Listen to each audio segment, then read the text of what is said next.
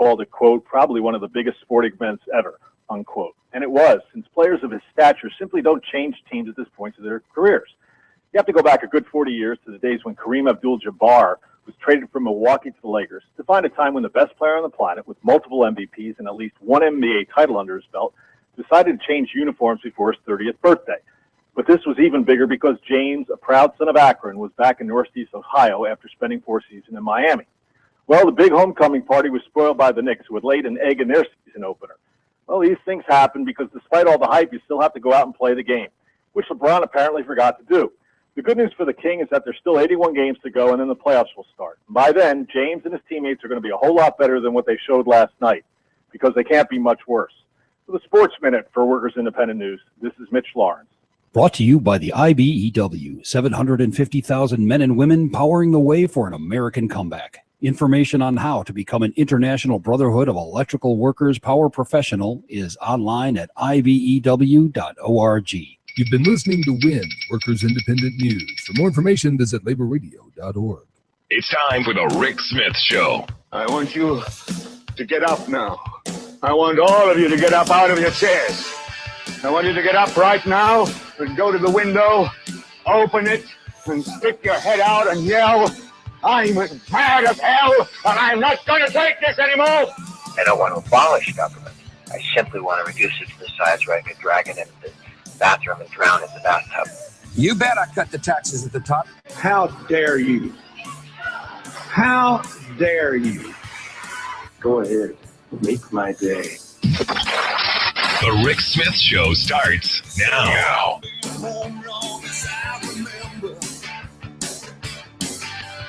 This town gonna be here long after I'm gone. East side, west side, people don't surrender. They've been down, but they still rise on. Oh, and this town is my town. All right, love or hate, it don't matter. I'm gonna stand and fight. This time is my time. She got her ups and downs, but love or hate, it don't matter. 'Cause this is my time. And welcome, brothers, sisters, working class heroes. This is the Rick Smith Show. Thanks for being here today on the big program. Lots of things to talk about, lots to get to, especially tomorrow, the big day. Hope it's on the calendar. Hope the ink hasn't rubbed off your hand as a reminder to go get out and vote. Tomorrow is the day that you get out and you cast your ballot to see who's the next governor. If we continue down the same failed path or if we try something new. I don't know, like investing in education and roads and stuff like that. And maybe not handing out so much money to the very well-to-do. Just a thought. Just a thought. Maybe actually holding on to things that we, the people, control and own and actually reaping the benefits from. Maybe that's an idea, something that hasn't been thought of the last couple of years. So tomorrow's the big day. Hope you get out. Hope you vote. It's one of these things that I cannot believe that you still, at this point, after the last 14 years of really what I call a lost decade and almost a little decade and a half, because of failed Republican ideology. I cannot believe I still have to go, hey, tomorrow you got to vote. It should be one of these things where we go, I can't wait to vote these idiots out. I can't wait to get these people out of office so that we can turn things around. After a decade and a half of Republican ideology, and look, all of this started in 99. You go back to conservative ideology. The Republicans we want to deregulate. We want to deregulate everything. And they found enough conservative Democrats to go, okay. And look what we ended up with. And it's just, I struggle to grasp how difficult this is as a concept. That everything that the Republicans have told us since the mid-'80s on hasn't worked. We've tried it all. We've tried deregulation. What's it gotten us? Well, it's gotten wildly wealthy companies who have moved jobs overseas. It's gotten them more. It's gotten us less. We've tried tax cuts for the very wealthy. Just since 1980 till now, we dropped the top marginal tax rate from 70% all the way down to 28% at one point, and then back up to about 39%. We're still not at the 70%. And it blows my mind that they're still going, well, we need tax cuts. For what? We've been doing this. We've shown you it doesn't work. And you don't even hear the Republicans anymore saying, if you cut taxes, we'll get more money into the government, because even now they realize that was a bunch of malarkey. They even realize now that no, that really wasn't the case. that was never going to happen. It's one of those moments where I can't believe you fell for that. Can't believe you fell for it. Same thing when you talk about our insane trade policies. NAFTA, dreamt up during the Reagan years, negotiated fully during the Bush years, and you got Clinton to go, oh yeah, I'm on board. Even though virtually every rational thinking person said, don't do it. We did it. And we've seen the effects. And then we go, well, can't stop now. Got to keep going. Until all the trade barriers are down and businesses will move wherever they can get the cheapest labor. Wait, they'll figure out the Ebola thing and you'll see business moving to West Africa. Cheap labor, man. Absolutely insane to me. And as I look at this, I sit back and I go, at some point we should probably start thinking about, I don't know, righting the ship. Is it going to take another Great Depression? Do we need another 2008? There are some pundits saying that the coming year, quite possibly.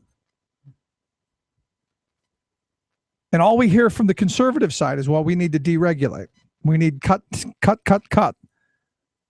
And we need to punish those people who are getting Social Security. We need to get those people off of the food stamps. Need to get those kids off of the chip. Get them out there to work. That's what we're told.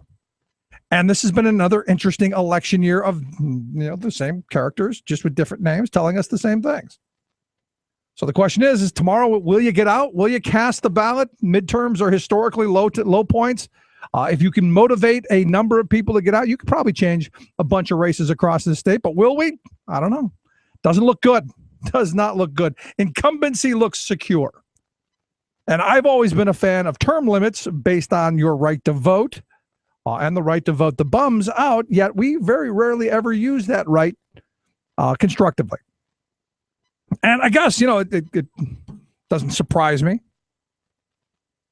when the folks over at Wallet Hub did their most recent analysis of voting here in the Commonwealth based on which state had the most and the least power.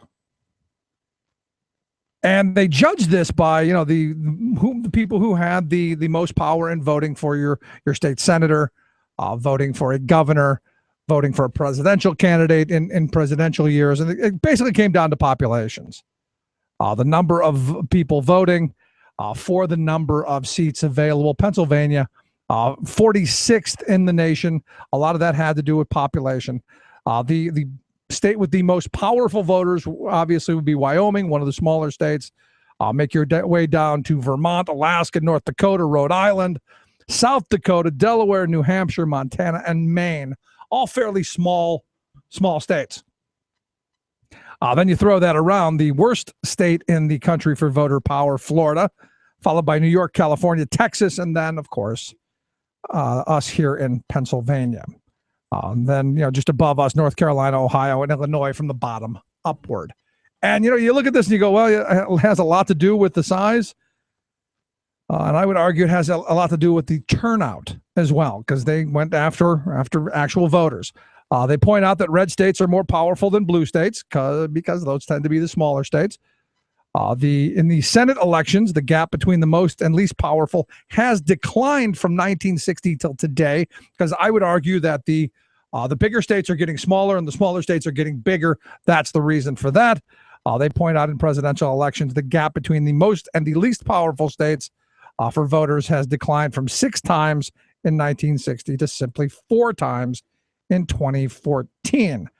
They also point out that for the House of Representatives in 2014, voters in Rhode Island are 2 times more powerful than those in Montana. So there you go. The folks from Wallet Hub have come up with the most powerful states. In the House races, Pennsylvania actually ranked 26th, which moved up the ladder just a little bit, just a touch. And, not a bad thing. Not a bad thing at all. But, here's the reality. At the end of the day, you just got to get out and vote. And, it reminds me of the story my high school government teacher told us. Don't stay home. Don't bother. Don't stay. This way, when I go to vote, I'll be twice as powerful. If you don't vote and you don't vote, I'm voting for you. And that's kind of it. Now, tomorrow, the Republicans have, on the national level, pretty good shot at taking over the Senate. And there are some that say that wouldn't be a bad idea. I'm a bit ambivalent. If they take over, there are some positives, but there are also a bunch of negatives. To figure the trade policies. Obama will try to be bipartisan, and we will see. We will see NAFTA on steroids, the TPP, and also TAFTA. I do believe will come to fruition. They're saying that in order for the Republicans to take over the Senate, they can't screw up the ones they've already gotten. They can't screw up the easy ones. And there are 3 places where Democrats are retiring that are considered easy pickups for the Republicans. You've got West Virginia, you've got South Dakota, and Montana. And not surprising that the Democrat will probably lose in all 3 of those.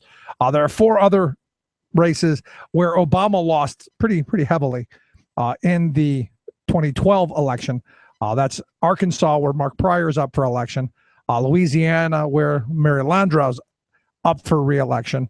And then you also throw in North Carolina and Alaska. So, they're kind of going, well, if they pick up those 4, they're in pretty good shape to pick up the next 3 that they need. And there's a number of places that they're worried about, the Democrats are worried about. That would be Colorado. Udall's up for re-election, and Iowa, where Tom Harkin was. And I like Tom Harkin. Sadly, he's retiring, and this Joni Ernst looks like she's probably going to wrap that up. So that's not a good thing. And there's some opportunities for Democrats. One in Georgia. And also they're thinking one in Kansas.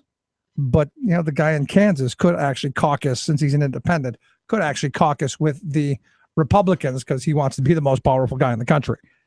So it will be interesting to see how this all pans out. And remember, tomorrow, got to get out and vote.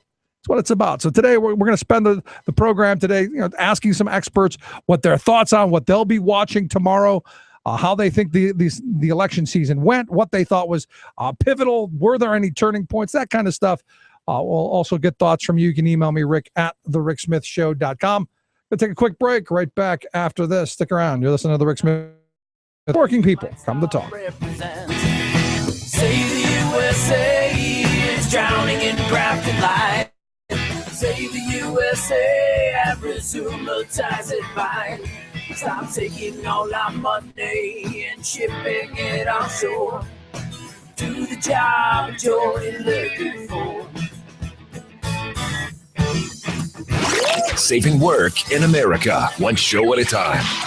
The Rick Smith Show.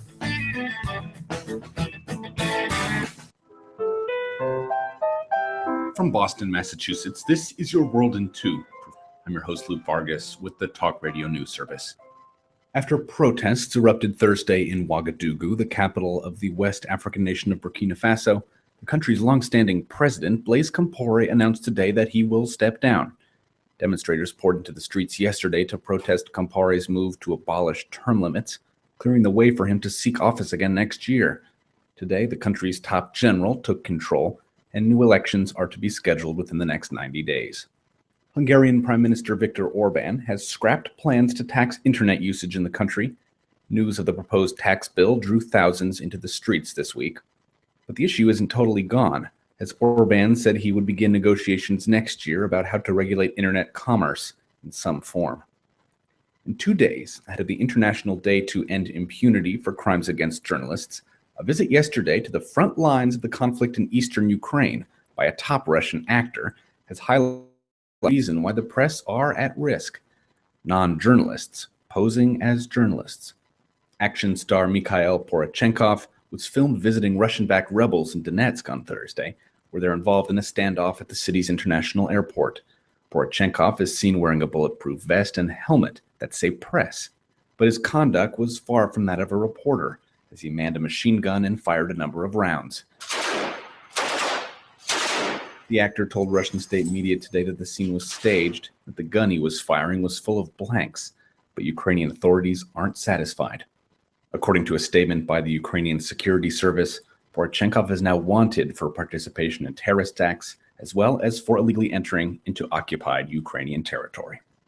For more global news headlines, visit talkradionews.com. This is the Media Matters Minute. I'm Coleman Lowndes. Right-wing media outlets have used misleading stories to stoke fears of rampant voter fraud leading up to the midterm elections. Here are some of the most egregious. On the O'Reilly Factor, Fox News senior correspondent Eric Shawn misleadingly suggested that voter impersonation fraud is a major problem. Of course voter fraud exists in the United States. Wait. They talk about voter ID and the issues of in-person voting, right. But voter fraud has been widespread in our country in a variety of ways that's ignored by the mainstream media. But according to a report in the New Yorker, experts agree that actual incidents of in-person voter fraud are, quote, virtually non-existent. Fox and Friends' Brian Kilmeade hyped a new study allegedly showing that a large percentage of undocumented immigrants vote illegally. An eye-opening new study I want to share with you. It reveals a significant number of non-citizens casting votes alongside real citizens right here in the United States come Election Day. But the Washington Post reported that the study's own authors questioned their methods, admitting, quote, extrapolation to specific state-level or district-level election outcomes is fraught with substantial uncertainty. For more conservative media myths and the facts about voter fraud, please visit MediaMatters.org. Chances are, when you took a shower this morning, an AFSCME member made sure that water was clean. When you drove to work, an AFSCME member maintained the road. When you rode an elevator, an AFSCME member inspected it. I'm David Philman, Executive Director of AFSCME Council 13, the American Federation of State, County, and Municipal Employees. AFSCME members enforce regulations, keep prisoners behind bars, take care of patients, protect the environment, and more. The work isn't glamorous, the salaries aren't high, but AFSCME members serve the public in every aspect of our daily lives. Chances are, you'll never see that AFSCME member working in a sewage plant, diving underwater to repair a bridge, or answering a 911 call. But aren't you glad they do? For more information, visit AFSCME13.org. We are AFSCME.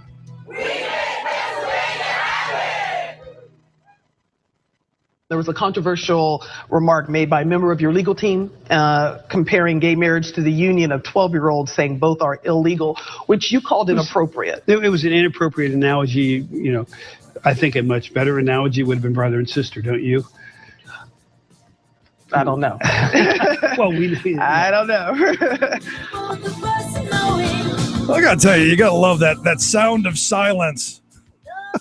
When you know someone you're talking to says something really stupid, you just kind of give them that, I don't believe you said that. It's kind of that moment. And that's kind of been, in my view, the entire term this governor's had, that moment of silence where you go, I can't believe they really did that, or I can't believe they really tried that. It's just, and this is why I'm hoping tomorrow everyone gets out to vote. I hope you haven't washed the ink off your hand, or didn't take the little string off your finger, or you didn't lose the calendar. You got to get out tomorrow. It's that simple. Anyway, here to talk a little bit about the gubernatorial race, also what he thinks, what races he'll be watching tomorrow night. I've asked Allentown Mayor Ed Pawlowski to come talk with us. Ed, thanks for taking time for us. Rick, anytime. I'm also reminded of the time when he talked about the wanding scenario. Yeah. and the reporter's shock on her face. I got to give him credit. He doesn't mind having his foot in his mouth. No, does it often.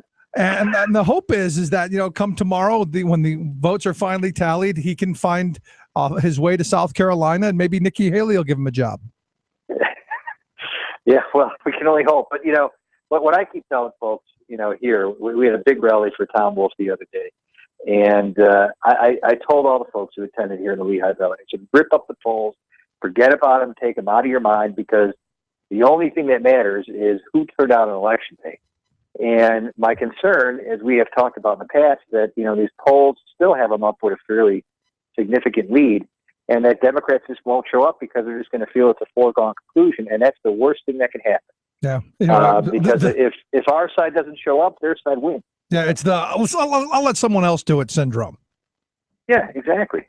Exactly. And I'm right there with you. And the other part of this is if you stay home, the hope is that by having a sizable victory, if the numbers that I'm seeing are true, if Wolf has a sizable victory, maybe he pulls some Senate seats his way, maybe a House seat or two, so that it's a little bit easier to get something done next year and when the next term begins.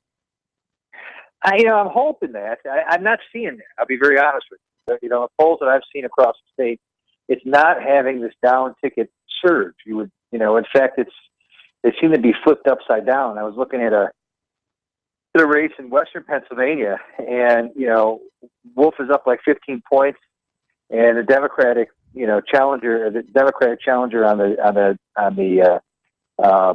the congressional race is down like 15 points. So it's not having the surge. You would think that there'd be some uptick. And I'm hoping that changes. I'm hoping that's not the case. I'm hoping the polls are wrong. And, that the down ticket candidates actually are sort of pulled along by the surge that is going for Tom Wolf. Yeah, I mean, that's come up a couple of times with people that I know who are voting for Wolf, but voting for the really bad Republican representative in my district, Steve Bloom, who I just think is one of the most radical members of the state house. But he's such a nice man, radical as hell. Listen, that poll I just told you about was in Daryl Metcalf's district. Wow. Okay. So, go figure. Well, I guess it comes back down to that they all suck, but my guy's good. I guess so. I can't figure it out for the life of me. I don't know. I think there's that this much disdain for the current administration that they're voting in droves, or they're going to hopefully vote in droves for a new governor, but it's just not translating down the ticket. I hope that is wrong. Yeah, I hope so too, because I don't want to go through 4 more years. I don't want to go through 4 more years of gridlock. And, I talked with Jim Byrne here recently, who he believes that if Wolf wins and you maintain the same kind of scenario where the Republicans control the House and the Senate, and you have the Democrat who controls the governor's mansion, that they want to work together. And I said, well, I hope so, because, Congress has got approval ratings of about 13% on the national level. The state House and Senate here, not much better. I'm going to tell you what I fear. Okay. I fear that if they pick up 1 or 2 seats in the House or a seat or 2 in the Senate, that the crazy right is going to say, hey, look it. Yeah, everybody voted against Tom Corbett, but that was a vote against Tom Corbett. Look it, they voted for our agenda. They put us back in the House and Senate, and they gave us even greater majorities. You're already seeing a fight in the Senate, right, over the moderates versus the crazies, and on the Republican side. And I think that will only empower the Daryl Metcalfs and the Scott Wagners of the world to be out there and really push their agenda. And it may get even crazier in the House and the Senate, which then will have a repeat of what's happening in Washington, where you've got to take the same playbook and just start beating the living tar out of Tom Wolf, and nothing's going to get done. Absolutely nothing. Yeah, that's one of my great fears. We don't want that to happen either. So people got to get out there. They got to vote. And they got to vote, for everybody down the ticket as well. We got to have, some victories in the House and the Senate, and then I think we'll have some sort of scenario, hopefully, where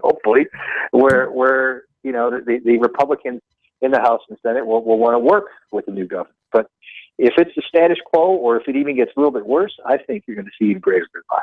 That would not be a good thing, because at the end of the day, we still have a lot of structural problems that need to be dealt with. One of them being education funding. I'm talking to a couple of superintendents around the state, and they're telling me they're struggling, and it comes back down on the shoulders of the local taxpayers through property tax increases, and they're saying, don't know how we're going to do it the way things are.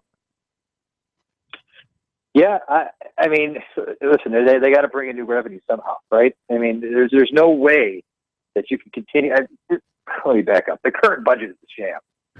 Exactly. And I think everyone knows that with the current budget, it's a ticking bomb. Even the people who did Enron's books, they're blushing at how many gimmicks they used in that budget. I think we all get that.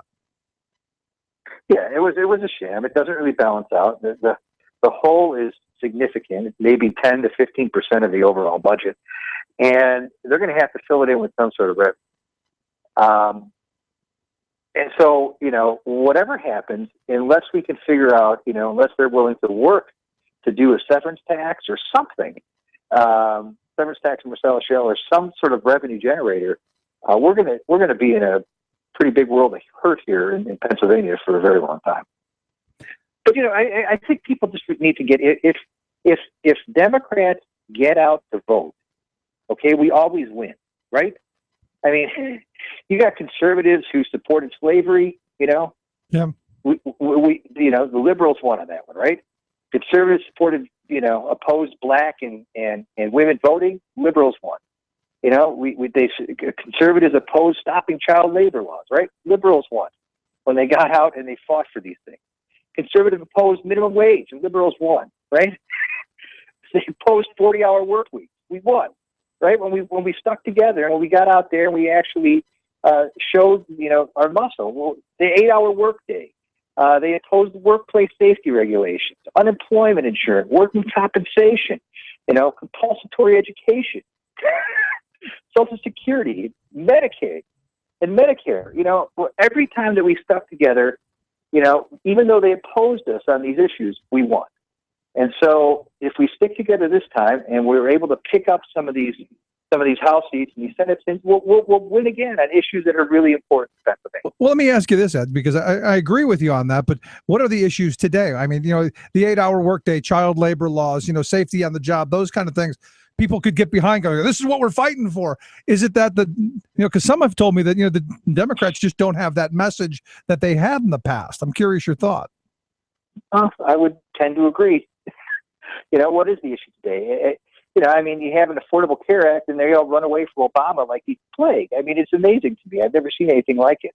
Instead of actually standing behind, initiatives that are good for the country that we passed, our Democratic Party and our Democratic candidates seem to be running away and fleeing from these issues, like they're the plague. I mean, I don't know. I mean, that's the only thing that got passed, right, in the House and the Senate. Yeah. Right. Yeah. I mean, we had the stimulus bill. They run away from that too, which blows my mind. I don't know. The economy seems pretty good now, doesn't it? I mean, unemployment rate's down, right? Well, I mean, it could be better, but I mean, the reality is better, but it's humming along. I mean, it's still humming along. It's getting better. It's better than it's been. The deficit. Just take a look at the deficit, the federal deficit. The federal deficit, has actually been going, they've been paying off the deficit. They've been balancing budgets year after year, and yet they seem to run away from that. Yeah, that's because I think Republicans have won that messaging war. That it's because I just had 2 Republicans tell me this the other day. It's because of John Boehner and Eric Cantor and Paul Ryan, because they took that welfare away from those lazy people. Okay. That's where we balanced the budget, according to my Republican friends, Ed. That's where we did it. We took it from, just like Tom Corbett cut off 70,000 people off of the general assistance budget and threw 41,000 low-wage workers off of adult basic. That's where we balanced the budget on. And some of my Republican friends are okay with that. That's what scares me. It blows the mind, doesn't it? I mean, it just blows the mind. I don't understand it. And we should be, actively advocating our point of view. Because I think at the end of the day, our point of view wins. I mean, it's the point of view I think where most Americans are. But the problem is those are the folks that aren't voting. I saw a poll. Where was it the other day? I think it was in Politico, and it showed the amount of a number of issues. Okay, that we would tend to agree with. Whether it's on minimum wage or global warming or things of that nature. And the vast majority of people probably are, in our camp on those positions. The problem is when you look at the number of people who vote, the poll flips upside down. No, I mean, especially in the midterms. Yeah. So the people the people who are voting are not necessarily representative of the population as a whole. So the folks who are out there who are complaining and who are seeing, these issues and their values erode day by day, got to get out there and got to vote, and they got to vote tomorrow. Yeah, I'm with you. Or else they're going to see their further, deterioration of the things that they believe in. So I think it's critically important that people get out there and vote. I mean, I know you've been saying it, pounding that drum now for weeks. But tomorrow is the day, and people need to get out there and express their opinion. I've often said it. If I just saw this study that was done last week, and I right off the top of my head, I forget who's by, but they showed by income bracket who votes, and pretty much from the middle of the middle class down, you got almost no voting participation whatsoever. Yeah, I think it was the same article. You must have looked at the same article. And they were talking about the higher the incomes, the greater the likelihood of people getting out to vote, which is why during the midterms, you get crazies in there who are still pushing deregulation and tax cuts for the wealthy and bad trade deals and all of these other things that have really harmed the other half. And their premise is because they're voting. Their interests are being served while the rest of ours, not so much. Right. No. Yeah, it's pretty amazing, isn't it? It's amazing. And that's why I'm concerned about tomorrow. Well, the hope is everyone gets out tomorrow. It should be a nice day. It's supposed to be in the 60s and 70s all across the state, sunny day. There is no reason for anyone to stay at home and not vote. I'm right there with you. Especially those who are registered. I'm right there with you. Last thing, I got to beat you up a little bit, and I shouldn't really beat you up on this, but I saw one of Corbett's accomplishments. They passed this, the House and the Senate passed, and Corbett signed this piece of legislation saying that, as I understand it, you can explain it to me a little bit better, that if you pass a background check or something with guns in your town or your community, I know you and the guy in Pittsburgh are talking about trying to repeal whatever it is you've done, that an outside entity, somebody from another state or who knows another country can come in and sue your city for having this restriction. And I saw that. I got to be honest. Part of me goes, that's one of those cave moments. Where, how did you come to that conclusion that you were going to try and pull this back? Did I didn't explain come to that conclusion? Did I explain this right? The state came to the conclusion for us. I mean, they passed a law that basically said that all our ordinances are illegal, and that anybody has the right standing to sue us, anybody, and that if we don't repeal the ordinances, we will not only get sued, we have to pay all their attorney's fees and any sort of damages, plus we will be fined up to $5,000 or $10,000. So it's not up to me. The state basically did it. They determined that that all our laws now. So even my discharge law, okay, which says that you can't have a shooting range in the 10 by 10 backyard that you have in a row home, is now technically illegal. Really? So when I lived over on 10th and Allen, in that little alcove that I had there between my house and my garage, I could set up a shooting range. No, you can have a shooting range. Sure, why not? Wow. Yeah. Well, maybe I'm not. Everybody has standing to sue the municipality, and if the municipality doesn't repeal the ordinances they have on the book, they will get fined, and they if they're in court, okay, which I'm sure that they will be. I'm sure the NRA is already, filing their petitions at the end of the 30-day period here, after the law comes into effect. If we lose in court, we have to pay their legal fees plus damages. Wow. And give me hold on. Let me walk back on this a second then. What happened to local control? And then what happened to we hate lawyers? Because isn't that the Republican mantra? We local everything, get rid of obtrusive big government, get out of our lives. And also we don't like trial lawyers, right? This seems to kind of go in opposite directions of both of those. I guess it doesn't. Anyway, there goes the Allentown mayor. His phone must have died, is what it is. But this law that they passed, and I'll finish up for him because I wasn't really beating him up. This law that they passed and the governor signed would give anybody standing to sue a city like Allentown or like Pittsburgh, because they were the two mayors that came out and asked their city councils to repeal their gun laws. And I think it was because you couldn't have like he said, a shooting range within the area. And he immediately had to come right out and repeal it because, like he said, they're going to get sued. And it gives the NRA, it gives any nut job across the country the standing to then come into the community and sue. And it's that simple, and it's really kind of insane if you ask me. But it is their victory. So to the victor, I guess the spoils until someone gets shot and ends up suing the other direction. It is what it is. Quick break, right back. We're in a fight to bring the middle class back, and we ain't even planning on losing in this mighty war. The working class is under attack. Get up, fight on. Stand up, fight on. Yes, we can fight on. To the death, fight on. Get up, fight on. Stand up, fight on. Yes, we can fight on. You're listening to The Rick Smith Show. Sit down and shut up. Superstorm Sandy recovery stalled 2 years later. Oh, it's a teeny, itsy-bitsy greenhouse gas, but it's not in any way significant. The Weather Channel repudiates its climate-denying co-founder.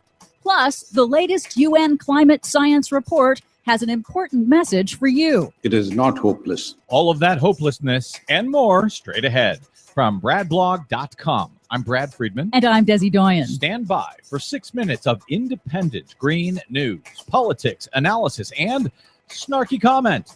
This week, sponsored by Koch Industries. We're Koch Industries, not just an energy company. We're in your food, in your pants, and in your home. With our heartfelt devotion to fossil fuels, we make your planet warmer and your water more flammable while lubricating your birds and rearranging your polar bears. We're Koch Industries, the next generation of robber barons, bending the democratic process to our will since 1980. This is your Green News Report, and we approve of this message.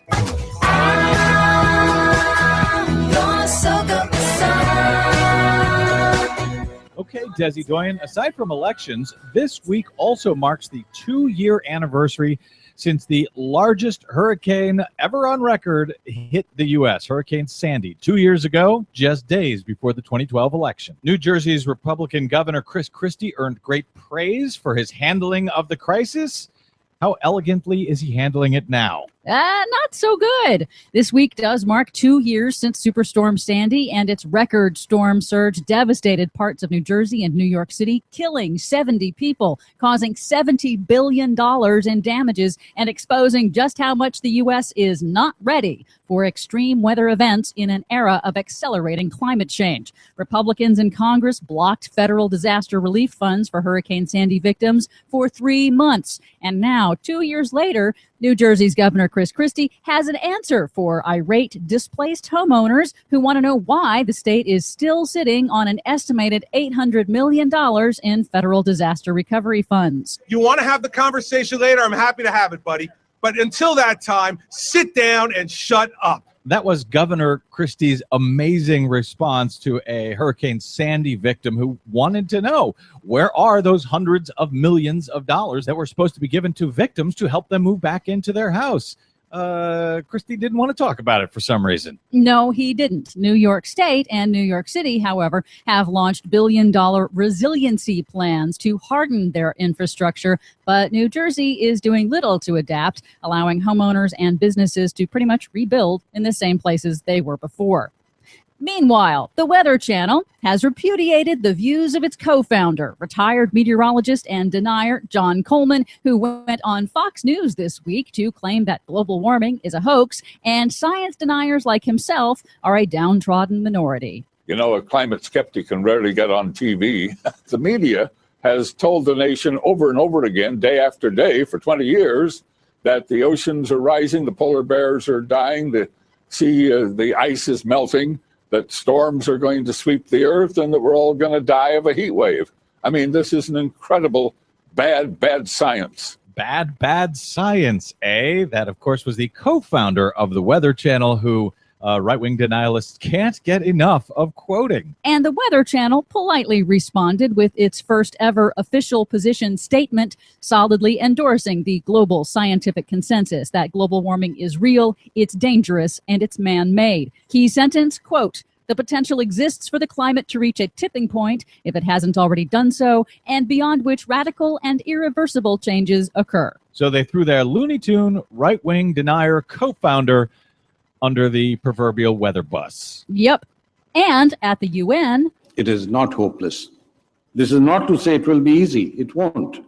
A great deal of work and tall hurdles lie ahead, but it can be done. that's the message from the United Nations Intergovernmental Panel on Climate Change in its final Climate Science Synthesis Report and Summary for Policymakers. It's unfortunate timing that the IPCC's report comes out just 2 days before the U.S. midterm election.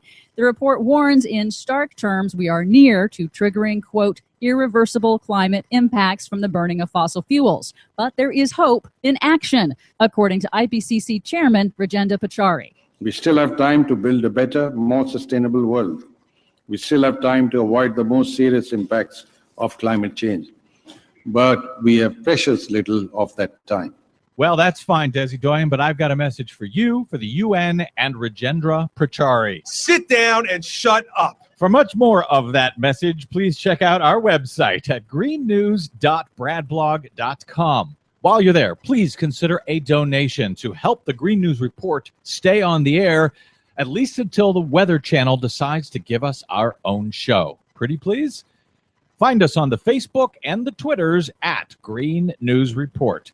From bradblog.com, I'm Brad Friedman. And I'm Desi Doyen. And this has been your Green News Report. Bad science. Shut up! I know about your kind. You're like the Independent Network News on Channel 9. You talk too much.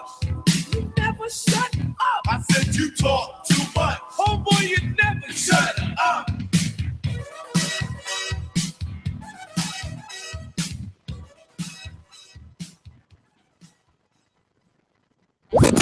Not right wing, just right. The Rick Smith Show. We found a better way of making it seem clean. We built an electronic voting machine and then we sold these suckers nationwide.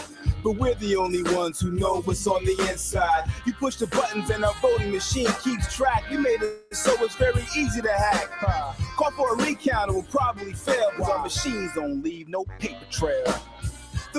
Welcome back to the Rick Smith Show. Check out the website, thericksmithshow.com. Questions, comments, something on your mind, you can email me, Rick, at thericksmithshow.com. No, the wealth class does not want you to vote. Trust me. They want no part of you getting to the polls. They want none of that. And they'll have none of it. And everything that they can do to put that barrier between you and your ballot box, they're going to use. Trust me, they're going to use it if they can. And it's interesting that,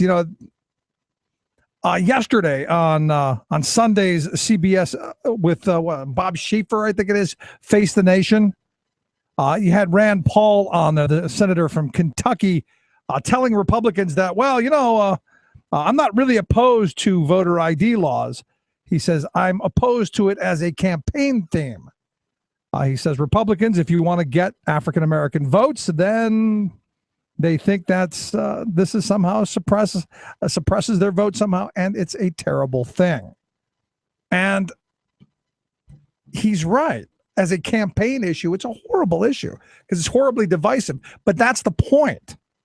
The point is to divide people and keep people divided over this and make it kind of a whisper kind of racial issue as well. And interestingly enough, there was a study done, I think a couple of weeks ago, by researchers at the University of Delaware that asked people who support if they supported voter ID laws, the photo ID laws.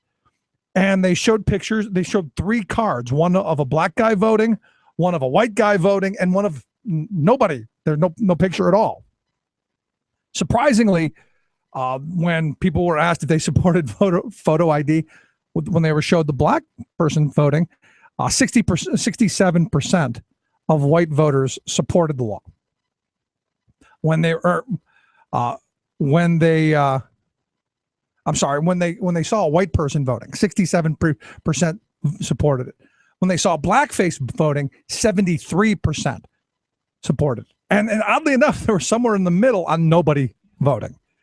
So it was kind of interesting just in that little bit of study but they've made this a really that dog whistle kind of racial issue.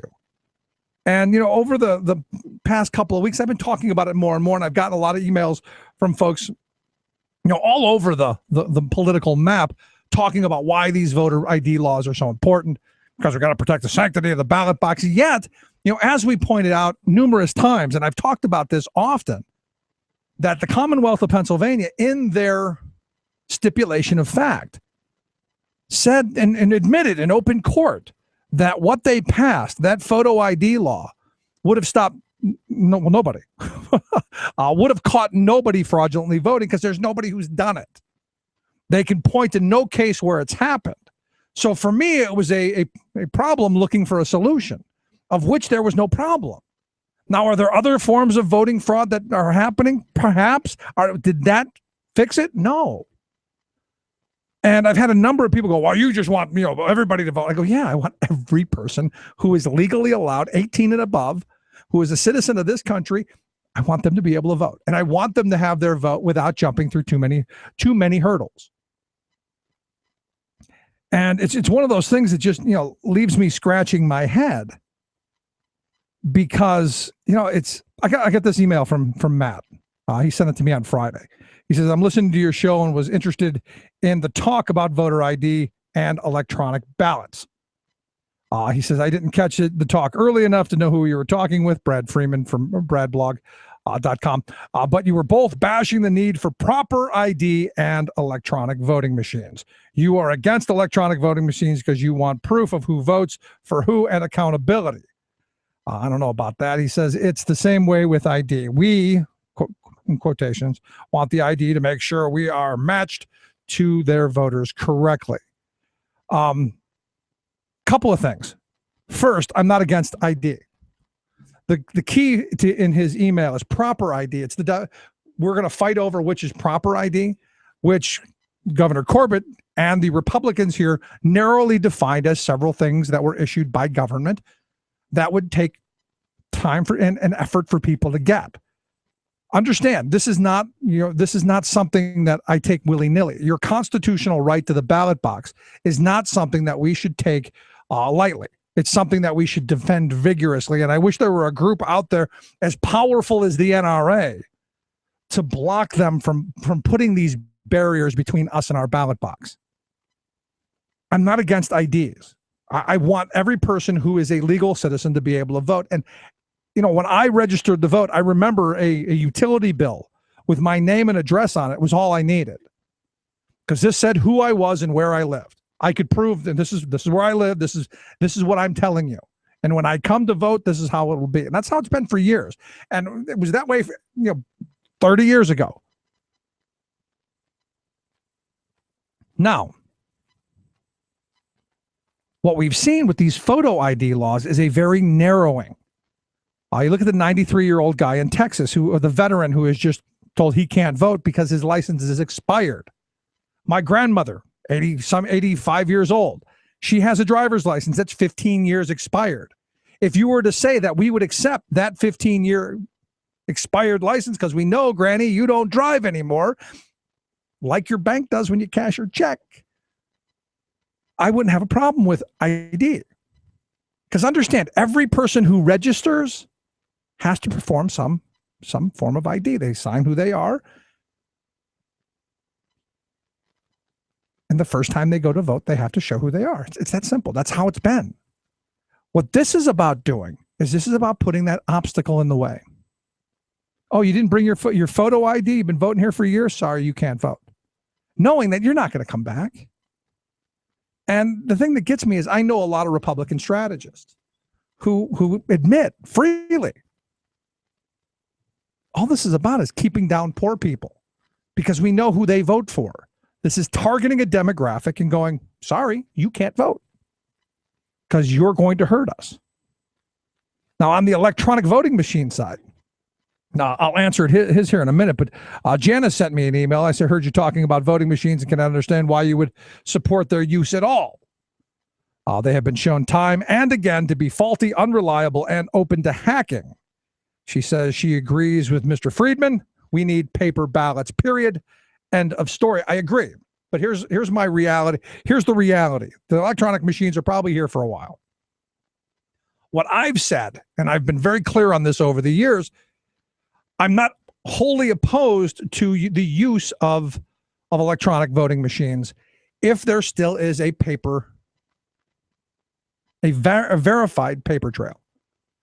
Now, Brad said, no, that'll mean people will go outside and swap votes. No, it doesn't leave. You spit it out like an ATM machine. That's your actual vote. That's your paper and pencil or pen or whatever right there. That is actually your vote. You pull it out, you look at it, you verify it, you put it in the box next to the machine. It goes down a little thing and it's down there. That's it. This way, each machine, you can go, okay, these were the tabulations of the electronic voting machine. This is how many votes for each, and then you can have a paper trail based on the results. I don't have a problem with that scenario.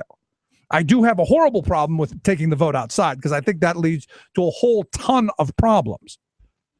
But saying, okay, we're going to use the machines for tabulation, but also have a paper trail that's hard copy, that I think is okay. And of course, what Matt points out, and the question that I have with Matt is, he says you're against electronic voting machines because you want proof of who votes for who, it should be whom, and accountability. No, I don't want to know who you voted for. And that's one of the problems I have with the electronic voting machines is that there may be, and I don't know if there isn't now, but there may be a way where you go, well, John Smith voted for candidate X and he's not the approved candidate for the area. So we're going to put his big X on his house on Google. Think I'm kidding? Well, turns out the Republican National Committee in Iowa has a Facebook page up. And I can't believe this. It's a shot of a neighborhood with checks over people's houses. You've seen the Google Earth or the Street View where they show all your houses from the top, and they're all checked off of these people voted GOP, and then the house on the corner with the big black X didn't vote. Don't let this be you, it says. And, it's this notice to all the voting public. And you go, wait a second. That's what I'm afraid of. That you get some of these nitwits like in Iowa who they're pulling this nonsense in a strategy that they call vote shaming. I don't want that either. I want people to go into the ballot box and to be able to cast their ballot without fear that everyone in the neighborhood's going to know who they are. Like where I live, I'm one of maybe 2 or 3 Democrats in my entire district, in my entire development. And we kind of look at each other and, how you doing? Real quiet and silent like, because everybody else is middle Republican to crazy because it's the area. And that, it's been explained to me that, well, it's how we was raised. That's how we brought up. And I go, okay, well, that's interesting. Even though, 50 years has changed the party and really they've left you way behind. Which is why I think the 102nd district, and in a little bit we're going to talk with Jake Long, who's the candidate for the 102nd State House district, which is me to see what happens in his race in the 102 here in Pennsylvania. Because there are, as I understand it, there are 4 people running for the spot. There's the Republican who holds the party name because he was smart enough to fill out the paperwork properly and get on the ballot. There is someone that the Republican Party has endorsed. In fact, the Republican Party has asked the guy who's bearing their label to step down. He's refused. So the Republican Party has come up with an independent that they are fully supporting. And I understand there's a really crazy woman and way out, as I understand, running a write-in candidacy. And then there's Jake, who's a good friend of mine and running as a Democrat. He ran as a write-in in the primary, got on the ballot. Now he's running a really fantastic election campaign, and I give him credit for that. But it'll be interesting to see the dynamics of the people who vote by label or the people who vote for my team. People who go, oh, it's the label. I got to vote the label. Vote for the label. And then the people who are party loyalists. That will be the interesting thing for me, to see where that breakdown is between, well, I'm a Republican, I'm voting for Republican, and I'm going to vote what the party tells me to vote. That will be really interesting for me. And I will be paying, that's one of the races I'll be paying close attention to tomorrow night, because it's, you don't get to see those kind of things very often. Now, on the electronic voting machine front, as I've said, I'm personally a pen paper guy. I would rather see that. But I understand in today's, just so I'm clear, Janice, for today's technology, for living in the I need to know right now world, because if you remember 2000, very, very impatient to find out who won. Very impatient. I understand people want everything now. So I understand the use of the machines. But I also want to make sure that those machines are accurate and are not hacked or not preloaded or any of the other things that we've heard. And I think you can accomplish that by having the machine spit out a single little piece of paper that has just the names of the people that you voted for. I think that would be very simple. And then you take that, you verify, yes, this is who I voted for. There's no identification mark on it if it's you or anybody else, and you deposit it in the little voting box. And that is actually your vote. The machine is just doing the math. The box is the actual vote. And if there's a discrepancy, you have the ability to go back and audit individual machines. That seems reasonable and rational to me. Now, do I understand the use of wanting only paper and marker? Absolutely. In the perfect world, that's where we would go. And that's where my position has always been. Simple, to the point. But as far as wanting people to know, and this is one of those things that back at Matt's email, I do want accountability and accuracy. I do want people to be able to vote. And I think you do too. And this is one of those things that, I've had these conversations numerous times of people going, well, I want people to vote. I go, well, then why would you erect barriers to citizens voting? And I really do believe that they really don't think that their party is trying to obstruct people for the sole political ability to win. I just don't think they think that way. But that's the rationale. That's the reality. The reality is this is about putting a barrier in front of people in their voting machine. It's that simple. And if you allow it to happen to these folks today, what about you tomorrow? Because as the Republican Party keeps marching further to the extreme, I think, just a thought, maybe you could be next. Quick break, right back. Stick around. You're listening to The Rick Smith Show. Very well known on a consumer code of silence is what they did then. We know it, so let's don't pretend. You and me know it, so let's don't pretend. Thought-provoking, intelligent conversation with a heart. The voice of the working class, Rick Smith. You're listening to The Rick Smith Show. For more information, go to thericksmithshow.com. If you've missed any portion of the program, you can download the podcast at thericksmithshow.com. You're listening to WIN, Workers Independent News, a production of Diversified Media Enterprises. I'm Doug Cunningham. United Steelworkers President Leo Gerard says money has flooded these midterm elections like never before. Gerard says that income inequality is among the biggest challenges workers face in elections because money is being used to impose a corporate agenda that's corrosive to democracy. We've got income inequality because the top 1% are scooping all the wealth, and the top 1% are using that wealth to continue to pervert the electoral democratic process. Again, that's part of the struggle that not only is for the labor movement, not just for the Blue-Green Alliance, but it's the part of the struggle for everyone, whether you're in the middle class, want to be in the middle class, the anti-poverty movement, the civil rights movement, the education movement. They're undermining public schools.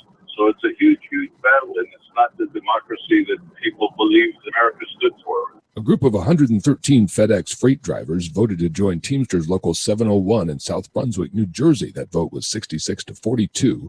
The pro-union drivers said they were tired of unfair, inconsistent work rules and wanted respect on the job. The Teamsters say the company disrespected the workers with vicious lies during its anti-union campaign, but the workers saw through it. CEPR senior economist John Schmidt, quoted in the New York Times, noted that in Denmark, the base wage for fast food workers is $20 an hour. He added that we see from Denmark that it's possible to run a profitable fast food business while paying workers these kinds of wages. This is Mitch Lawrence of the Sports Minute for Workers Independent News. 2-0 this season. No, they're not running the table, even if LeBron's return to his hometown team was hyped as the biggest thing since the second coming. LeBron himself called it, quote, probably one of the biggest sporting events ever, unquote. And it was, since players of his stature simply don't change teams at this point of their careers. You have to go back a good 40 years to the days when Kareem Abdul-Jabbar was traded from Milwaukee to the Lakers to find a time when the best player on the planet with multiple MVPs and at least one NBA title under his belt decided to change uniforms before his 30th birthday. But this was even bigger because James, a proud son of Akron, was back in Northeast Ohio after spending 4 seasons in Miami. Well, the big homecoming party was spoiled by the Knicks, who had laid an egg in their season opener. Well, these things happen because despite all the hype, you still have to go out and play the game, which LeBron apparently forgot to do. The good news for the King is that there's still 81 games to go, and then the playoffs will start. And by then, James and his teammates are going to be a whole lot better than what they showed last night, because they can't be much worse. For the Sports Minute for Workers Independent News, this is Mitch Lawrence.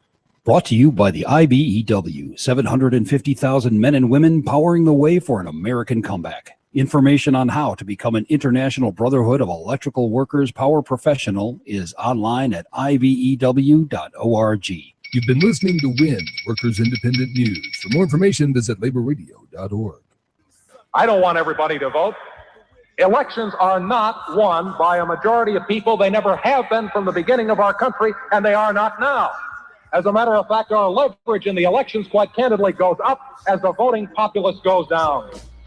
The billionaires don't want you to vote this year. We'll send you a message that's loud and clear that the votes can't be counted in your community. Why even register? Don't waste your energy. Don't go to the Welcome back. Welcome back to the Rick Smith Show. Check out the website, thericksmithshow.com. One of my favorite Paul Weyrich clips, the guy who was the co-founder of the Heritage Foundation. And right around the same time, my government teacher in high school, back in the 80s, was saying the same thing. Don't bother voting. Don't stay home. This way, my vote will mean that much more. And you look at that study done by the folks over at Wallet Hub that gives Pennsylvania voters, puts us 46th in the nation for power of voting.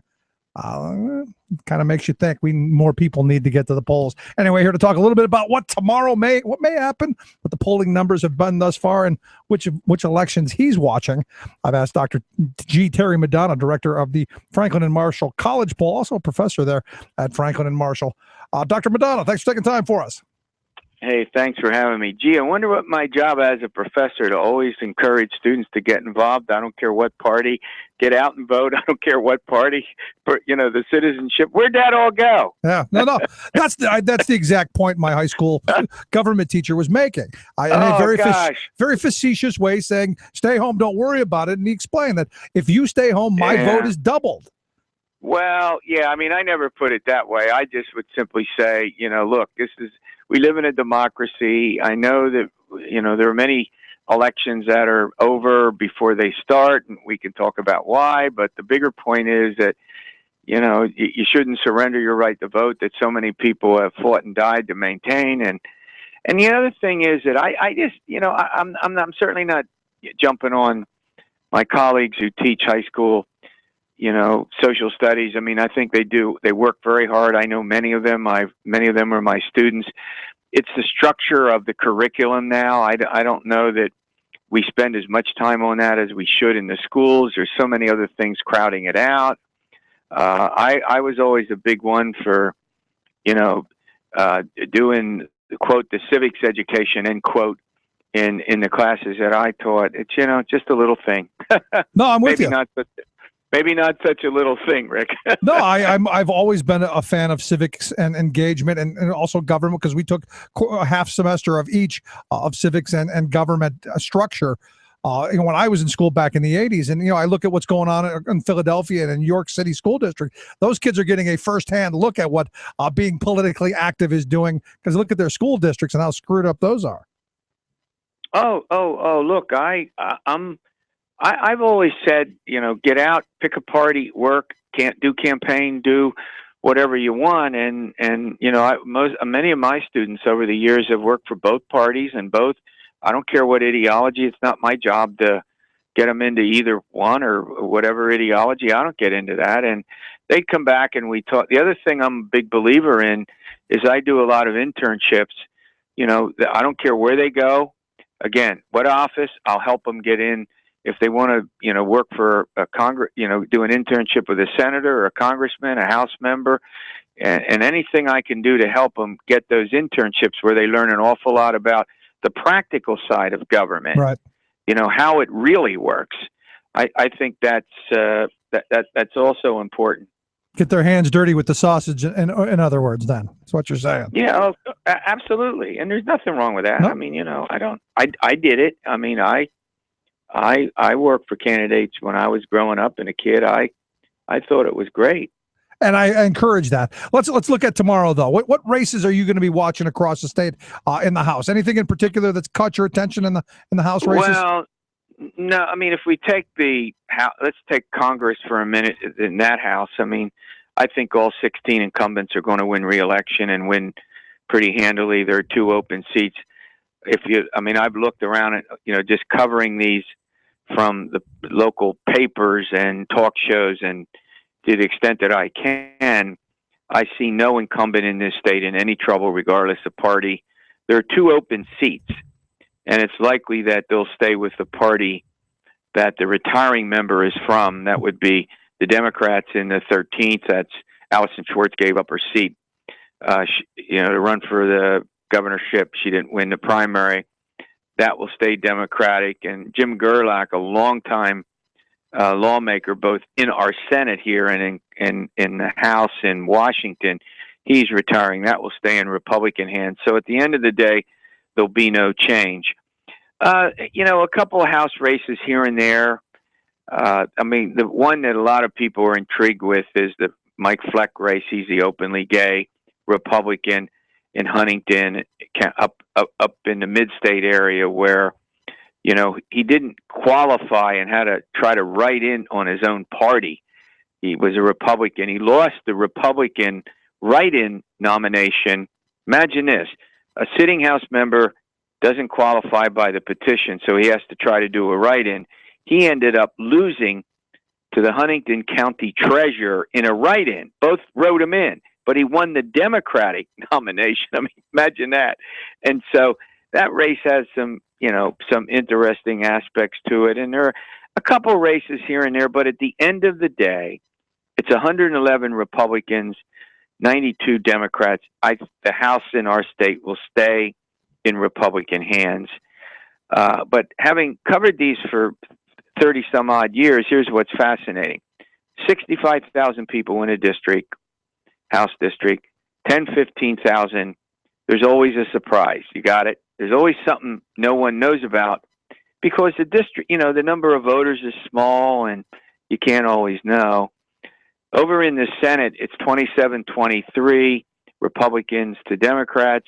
The Republicans automatically pick up 1 seat because in a redistricting that took place in Western PA, 2 Senate seats were merged. One of them, the Democratic senator, did not seek another term. That seat only has a Republican running in the general. No Democrat filed. So the Republicans are up to 28. There are 3 or 4 seats that, maybe one out in the western part of the state, 2 or 3 in the Philly burbs, at most 1 up in Monroe County. I think at the end of the day, it's sort of a status quo. Most incumbents will win. There something like 91 incumbents in both chambers have no opponent at all. Think about that. Yeah. 91, no opponent. The numbers I saw earlier, there are different press reports, had 105 state House members out of 186 seeking re-election with no. So we've seen pretty much the death of competition in this state. And that's frustrating on so many levels. And is it because, in your opinion, because of how the districts are drawn? Does that have anything to do with it? Or is it just... No, it's huge. The redistricting is huge. I think, it's a lot of... I used to tell people, again, whether they're Republicans or Democrats, I'd often get calls from people, and should I do it? Should I not do it? And I would always say, look, if it's in your heart, you think this is something you want to do and give up a year of your life, you have to weigh the time, your family, all those considerations, the fundraising. And then sometimes they would say, well, I can't win. What do I do? I said, well, look, there's always value in running what I still call an educational campaign. Yep. In other words, put the issues you care about out. Do every fora that you can. Knock on as many doors as you can. Accept all the invitations you can. And put your ideas out. Yeah, you may not win. But the point is, in a democracy, the more voters get exposed to a variety of ideas. Why is that not healthy? And, some people would say, Dr. Madonna, yeah, I agree, I'm going to go do it. And then some wouldn't, and they would say, no, I'm not. But I understood. But I think there's value. I value competition, whether it's in the economy or in politics. I think competition's a good thing. I'm right there with you, which is what I had told my wife I had considered for next time around myself, jumping into the middle of this, because I think it would be exciting to run a campaign just for what you laid out, just to talk about what vision you may have, and to see if you could bring other people along. And it goes back to when Gingrich. Because the same thing was going on back when Gingrich took over the House on the national level back in '94. They made sure that everybody had an opponent nationally, which was his big accomplishment, if I remember correctly. Oh, yeah. Yeah. I mean, remember, yeah. I mean, he had the contract with America, 10, if I recall this correctly, I think there were 10 pieces of it. You follow me? And they systematically tried to get some of them done. But they captured in '94 both houses of Congress. The Senate, for the first time since 1986, when in that midterm, the Senate went from Republican to Democratic. But for the House, it was the first time the Republicans held the House since the 1950s. So it was a huge deal. I mean, just a big deal any way you look at it. Yeah, but it just goes back to what you said, that every race had competition. And, and I've told people, you've got to have, even if you're going to get slaughtered, you need somebody to be out there doing, as you said, pushing the agenda. No, you're exactly right. And the fact is that the fewer people do that, the more disconnected voters, the more, contorted I think our whole political system gets. But who knows? I mean, who knows what will happen? I mean, the lack of competition, you asked me this earlier. I mean, I also think it's other things. Campaigning is now not a 4 or 5 month deal. It's often a year, 2 years of someone's life. It's very expensive. Incumbents have these huge advantages, unless there's some kind of a wave, blah, blah, blah, going on where you get help. It's a lot of work. It's a lot of effort. And when it all settles down, people have to decide whether they want to give up basically a year of their life. I mean, maybe for a state house race, it's not quite that way, but it's still a huge amount, a huge deal. And once you get committed, you're dead. You're done. How do you not just understand what you're getting into? That's my point. Yep. It's important for everybody to understand what they're getting into. There you go. Last question I've got for you, the big one. How do you see tomorrow night's governor's race going? I mean, the polling has had Wolf ahead for so long that there are some who are concerned that the polls have been so lopsided that a large number of people let somebody else do it syndrome, and who knows? Well, there's two-part response to that. Let's take the latter. Number one, I don't think that there's more difficulties with the turnout this year than go to the fact that Tom Corbett has had a double-digit lead in every single poll done since March. Tom Wolf. Actually, the end of February. I'm sorry. What did I say? You said Tom Corbett. But Tom, I'm sorry. Yep. Tom Wolf. It's been a long day already. I hear you. Tom Wolf. You're exactly right. But I think more it's just that voters in general have not been energized nationally, except in a couple of red state Senate races. We're going to see one of the lower turnouts nationally in a midterm, and in our state, it's going to be lower probably than any midterm we've seen in a decade or so.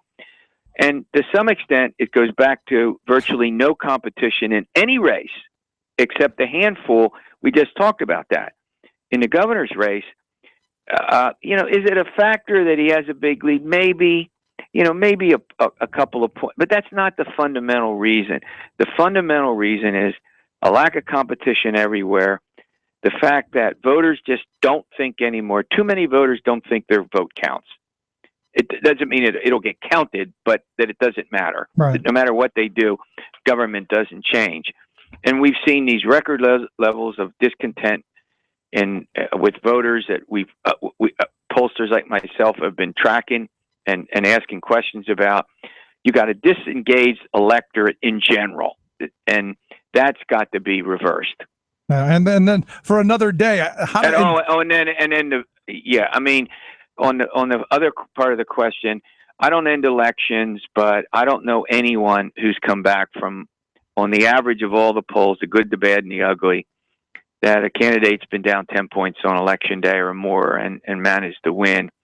And again, I'm not ending it. You know what? We always get surprises. Yep. And we could be surprised, given the weird nature of politics today.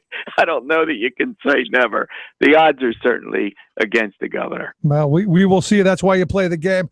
As always, Yes, Terry, great talking with you. I appreciate you giving us a little pleasure. insight.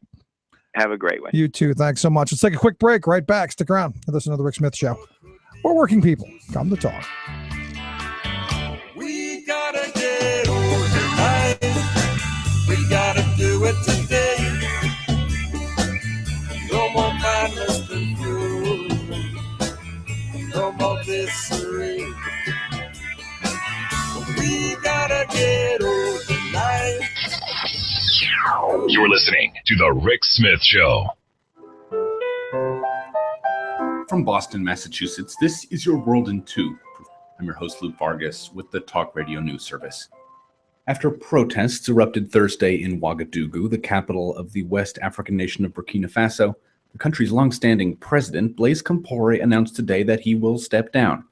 Demonstrators poured into the streets yesterday to protest Compaoré's move to abolish term limits, clearing the way for him to seek office again next year. Today, the country's top general took control, and new elections are to be scheduled within the next 90 days.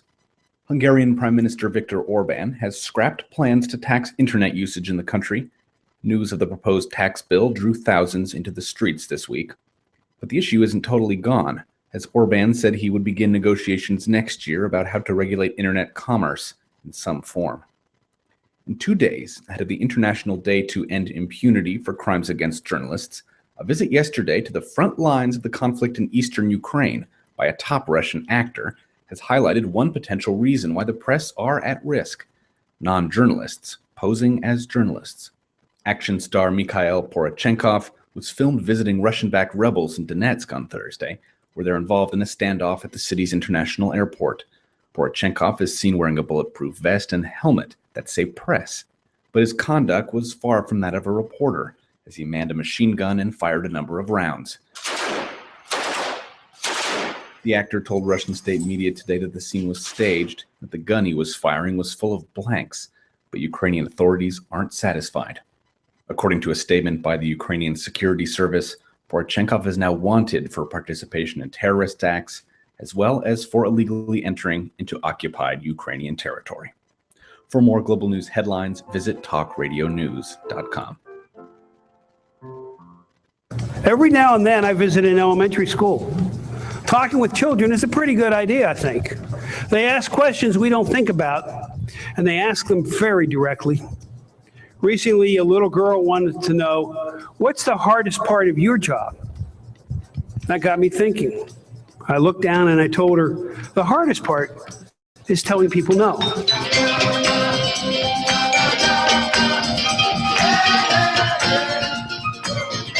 Well, the hope is tomorrow night a bunch of people tell the governor no and send him packing.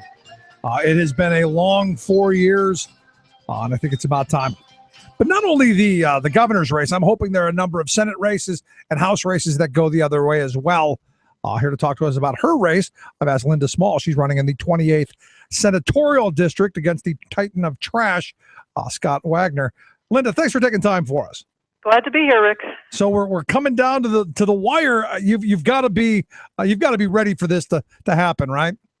Definitely. There's only so long you can go where you're making all the preparations, trying to get the word out, get the volunteers going. But then there's time for the only poll that matters happens tomorrow. Yeah, we've seen a bunch of the polling numbers and all of that, but as you point out, it matters who comes out to vote. Exactly, and that's one of the things that, as you know, sometimes we fail on the side that cares for working families, that cares for things like raising the minimum wage. Sometimes our supporters don't come out and vote, and the other side is always coming out and voting. So that's why I'm excited for tomorrow, because Tom Wolf is kind of a new kind of politician, I think, a new kind of leader, and I'm hoping that helps draw some people out and helps draw attention down ticket, because Tom Wolf is going to need some help in the state Senate and the state House, and he's not going to get it if our supporters don't come out and vote. I say vote early. I won't say vote often, but come out and vote early. Yeah, get it done. I look at this, and let's say you get a Governor Wolf, and as the polling has pointed out, he's probably going to win. The idea that you would have someone like Scott Wagner in the Senate only, to me, would be that wedge that would really, or the monkey in the wrench in the gears, or whatever analogy you want to use, to gum things up and really cause more gridlock and much of what we've had the last 4 years. Exactly, because Scott Wagner just completely believes different things than hopefully Governor Wolf will. Scott Wagner is not interested in education. When we've talked about education, he keeps saying, show me distressed school districts. Well, York City, the school districts, even some of the wealthier districts in my area, are suffering from cutting teachers and increasing property taxes. But he doesn't see that. He supports actually corporate welfare, which is one of the biggest surprises I've seen. He will defend the state granting money to wealthy corporations. And anything that Tom Wolf really wants to try to get done, the 10-10 minimum wage, is not going to be something Senator Wagner's going to want to see, and so he's going to be working against that, which is not good for working families. It's not good for our children. And it's certainly not good for property taxpayers either, because we know we need to restore state funding for education to get a handle on property taxes. So that's why people got to come out and vote, and they've got to come out and vote in numbers. The other side does. If you care about people, not corporations. Corporations can take care of themselves. You care about people. You care about working families. You care about educating our children. You got to come out and vote. It's that simple, especially in a midterm election cycle where historically the numbers have been low. I'm told that this one should be particularly a low turnout election. So this is when people's vote really matters more, because the fewer the voters, the more power goes to each individual vote, right? Exactly. And we create our own self-sustaining problem in that people don't come out to vote, therefore they don't get the government that they think they should, which means they don't come out to vote, which means candidates like me and others who are out there who really do want to be working for the people and aren't just self-interested. And I don't care if a corporation comes and dumps millions on me. I know what I stand for, and that's for my neighbors. It's for the children, for doing what's right. We can't get elected when people don't go out to vote. And I'd like to go back to, people say rightfully so, people have fought and died for the right to vote throughout history. So, really, it is important. And we are at a tipping point. If we do not turn around, our wages have been stagnant and falling back. We've got more and more people working for poverty. We've got education being decimated in Philadelphia. York City's got a real problem, even though there's some great school teachers and there's some great kids, great, very smart kids that if we gave them an education, they could go forward with that opportunity and help us in the future, help our economy. We're not doing that under this system. Yeah. I look at the Senate race there that you're in the 28th senatorial district with the incumbent Scott Wagner, and I said, this is really one of those moments where you have two very different polar opposite kind of candidates. And it comes down to where do you fall on important issues, as you pointed out, like minimum wage, like where do we use tax dollars? Do we give it to big corporations or do we invest in education? It just seems to me that there isn't, of any of the races that I've seen, a bigger difference in the two candidates.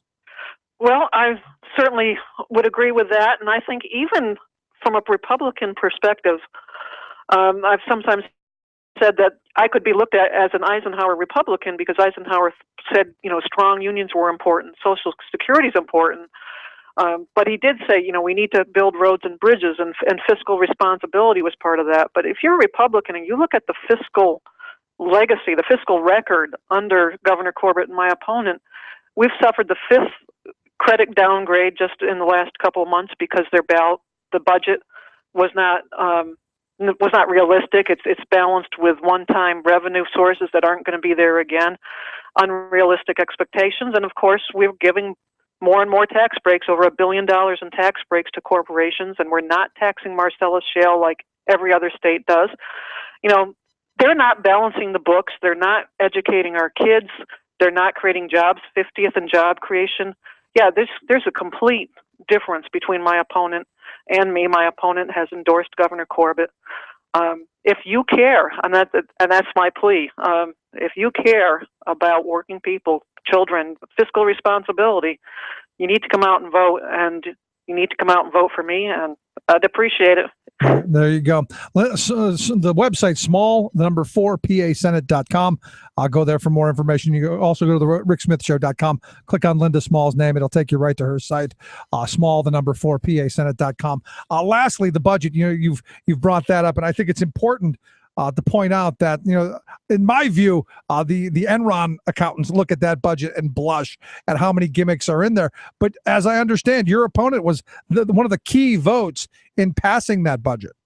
He was, and he was on the floor of the Senate saying he voted for it because it held the line on taxes, only at the state level, by the way, because we know the state provides the money that comes down to schools. It also provides money that comes down to cities, and it creates the rules. But they have given a rigged game to the school boards down here and to the towns and municipalities. Things just don't balance, and that it's hard to hold them accountable for it at that level. But yes, he owns this. Basically, he went in, he took ownership. He's taken ownership of Governor Corbett. He's taken ownership of a dangerously unbalanced budget. That the only thing in the future, if Senator Wagner is reelected, and God forbid Governor Corbett, is going to be more cuts and higher taxes. We're going to get the worst of all worlds. And that's why tomorrow is so important. So if you're in the 28th Senatorial District, or if you're anywhere, not just here in Pennsylvania, but anywhere, you got to get out and vote tomorrow. It's that simple. Linda, I wish you nothing but the best of luck. I hope the best for you. And I look forward to talking to you on Wednesday, hopefully as Senate-elect Linda Small. That would be outstanding. I really appreciate it, Rick. Linda, great talking with you. Best of luck tomorrow. Let's take a quick break. Right back. Stick around. You listen to The Rick Smith Show. For working people, come to talk.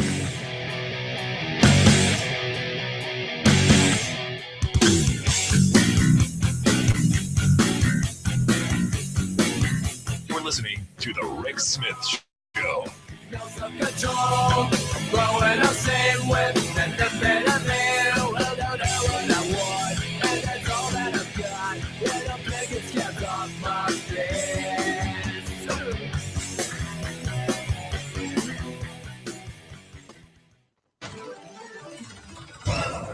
Workers in the late 1930s began exerting their recently guaranteed right to organize and join unions. Millions of workers flocked to join the labor organization of their choosing to collectively bargain for better wages, hours, and working conditions. Factory, mill, and mine owners, not eager to embrace the changes, fought vehemently to deny workers their rights. As company tactics grew more heavy-handed and brutal, the workers' organizing methods changed. Sit-down strikes became a way for workers to demand their rights and to force management to listen. With a wave of a handkerchief, the tip of a hat, workers would shut down their machines, lay down their hammer, and sit down. Workers at the Hershey Chocolate Factory in Hershey, Pennsylvania, seeking to reduce the 60-hour-long work week, decided to form a union. Initially, an agreement was reached, but as the economy took a downturn, the company willfully violated the agreement by laying off the most senior workers, those who just happened to be the most ardent union supporters. The workers voted to strike the very next day. At 11 a.m. on April 2nd, 1937, a red handkerchief was waved and the workers began the first sit-down strike in Pennsylvania's history. The company reacted by forming the Loyal Workers Club.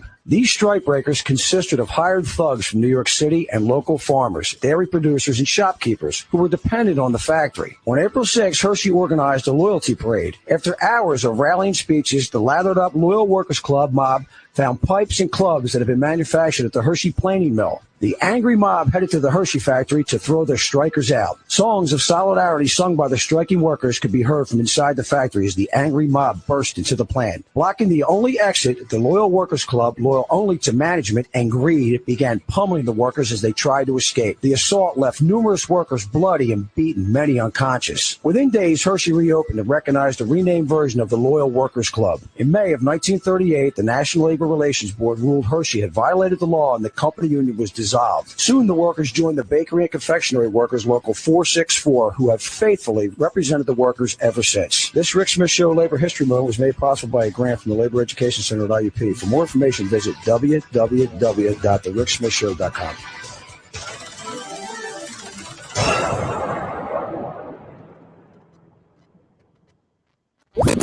Not right wing, just right. The Rick Smith Show. We found a better way of making it seem clean. We built an electronic voting machine and then we sold these suckers nationwide.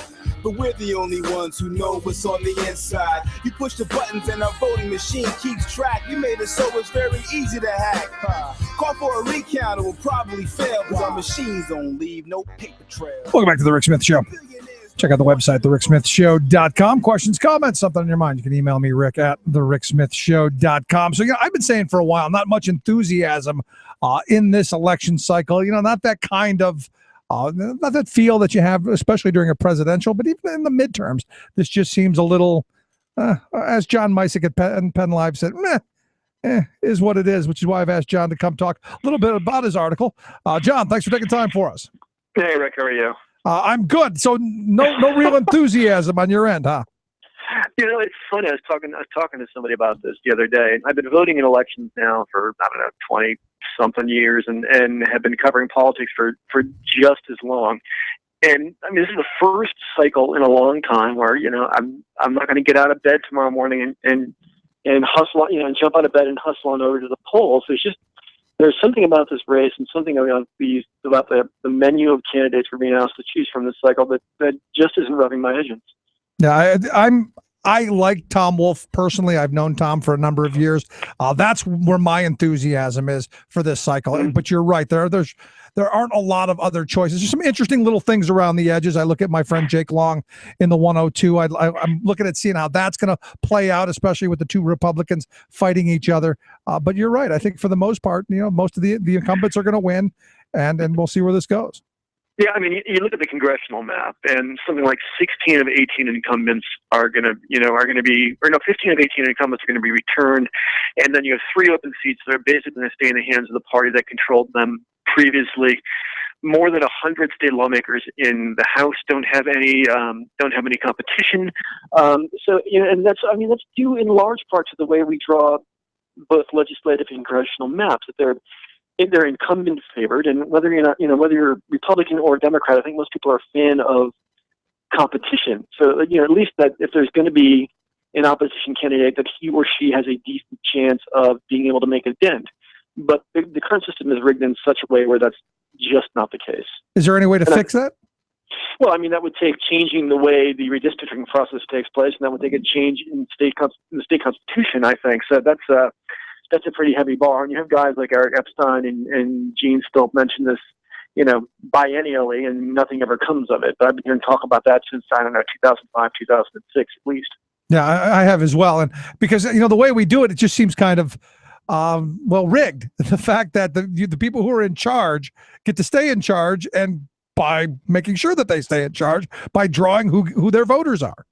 Yeah, and there's a Pew poll that came out at the beginning of October that showed something like barely 15% of voters paying close attention to these midterms at all, just because they've tuned out, either because of the lack of competition or because of negative advertising. And this has been considered one of the more negative campaign cycles in recent memory.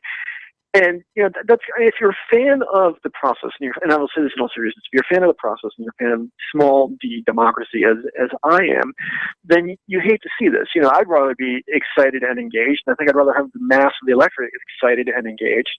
But you see this turning away from politics, and you talk about Wolf. I was in Lancaster with him this morning, where we were talking a bit about turnout, and he got kind of philosophical about it and said, people who serve in public life have a responsibility to make the process relevant for voters and to make them engaged, and thus far that's not been the case.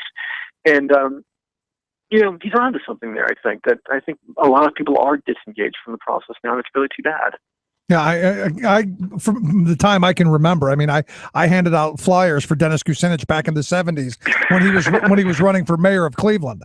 Sure. So this tells you how long I've been in this. I want to see that kind of ground level engagement, and like I said, I just haven't seen that. It just seems like everything's television ads now. It's not that kind of community building that I remember as a kid and would want to see going forward. Yeah, I've never been on your side of the street. I've never been leafleting or door to door or whatever. But I've been covering campaigns for 20 years now, and remember some really great knockdown, sort of exciting campaigns where forces for both sides were out en masse, right up until the final second. And that'll happen tomorrow across the state for Governor Corbett and for Mr. Wolf. But again, that sense of urgency, and even when you talk to people who are invested in this process, the people who kind of do this stuff for a living, you don't sense that same spark. And I can't account for it for the life of me. Do you think it was because the polls so early on had Wolf so far ahead? Do you think that's part of it? Far be it for me to explain what might or might not happen tomorrow. After all, the ballots are counted. But yeah, maybe that sense that that this race was fait accompli from very early on. That might have done something to dampen enthusiasm. But you'll have people who will tell you that you should never take that kind of. I remember Ed Rendell saying that in 2012. I think that you should never take that kind of lead for granted either. So it's it kind of cuts both ways. Yeah, that's why I'm so interested to see what the turnout will be tomorrow. And everyone that I've talked to who follows this stuff like I do agrees it's going to probably be one of the lower in history, which is why I keep saying there's so many opportunities for change, especially in really low turnout elections. No, absolutely. I've talked to a couple of people now who are putting turnout between 40 and 49% based on the last two gubernatorial cycles, and that's like 40% of 8.3 million registered voters, give or take. So that's not that's no great shakes there. But in some of these marginal races, the side that gets their side out most to the polls will win, and they'll all turn on turnout, I guess. So nothing in particular other that you're going to be looking at tomorrow? Any particular races other than the ones you laid out? Look, I'm a great big nerd. I'm going to be watching the Govs race right down to the wire, and I'll be down at Tom Wolf's headquarters in York, waiting for the returns to come in, just like everybody else is. Yep. I'm paying attention to some of the Senate races. The one down there in York County between Scott Wagner and Dorothy Smalls. I've taken sort of interest in that one.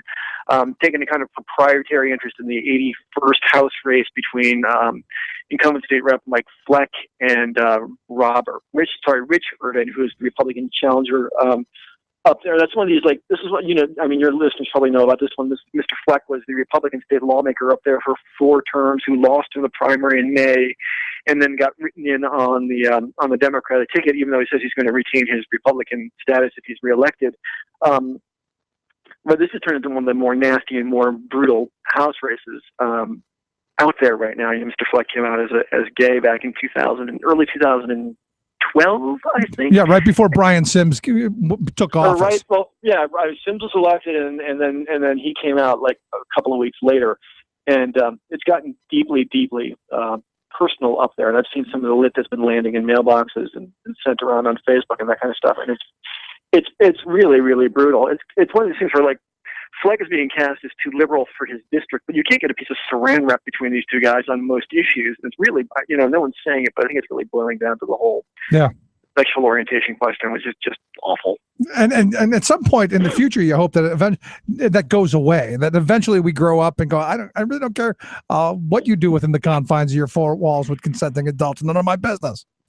Well, I mean, I wrote about that in a column the other day. This election is going to be, symbolic of where we are as a state. If Fleck wins, then it's gonna validate poll numbers that say that the vast majority of Pennsylvanians are okay with same-sex unions and that they're supportive of same-sex lifestyles. If he gets turned out, it's going to say that the people in the state's rural middle still aren't ready for that kind of thing. Yeah, that'll be interesting to look. One of those races to look for. I'm also looking at the Stilpen Helm race. I like Gene. I think it'd be just for I think he would be a good an opportunity for a reality show. You used to follow him through the day as a legislator with his big pig in the well and all of that stuff. Oh, Gene's a trip. I mean, when he ran against Barletta back 2 years ago, Lou Barletta, I said the exact same thing. Because you imagine getting the camera into some of those House Democratic conference meetings where he's in there with Pelosi and Steny Hoyer and those guys, and that would be hilarious. But it would be equally amusing to see Gene in the House Democratic caucus with like Bob Freeman and Dan Frankel and Vitaly and stuff like that, just going his own Gene sort of way. Yeah, I like him because he's a character, and to me he can energize people, I think. That's just my thought. And then the final one that I'm watching is in the 102nd, which is just crazy. And there's an opportunity for my buddy Jake to be a House member because you've got the party bearer who's bearing the label of the Republican Party. The party doesn't want. And then this video that was just released of him saying all cops are pigs and liars or something along those lines. Oh, that one. That was really something. I mean, that whole 102nd district race is interesting to me on the level of the party hates the guy who's carrying the name. They've got an independent that they're backing. So it'll be interesting to see who pulls the lever based on party label and who pulls the lever based on party endorsement.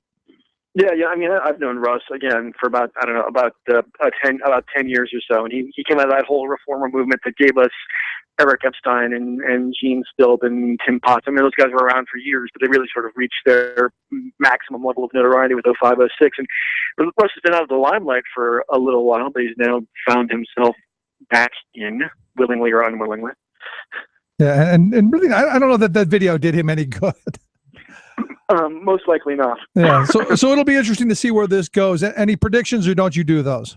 No, I mean, look, everyone's saying that the state Senate is probably going to stay in Republican hands. Everyone's saying that the Republicans will consolidate their control over the House, probably pick up a couple of seats.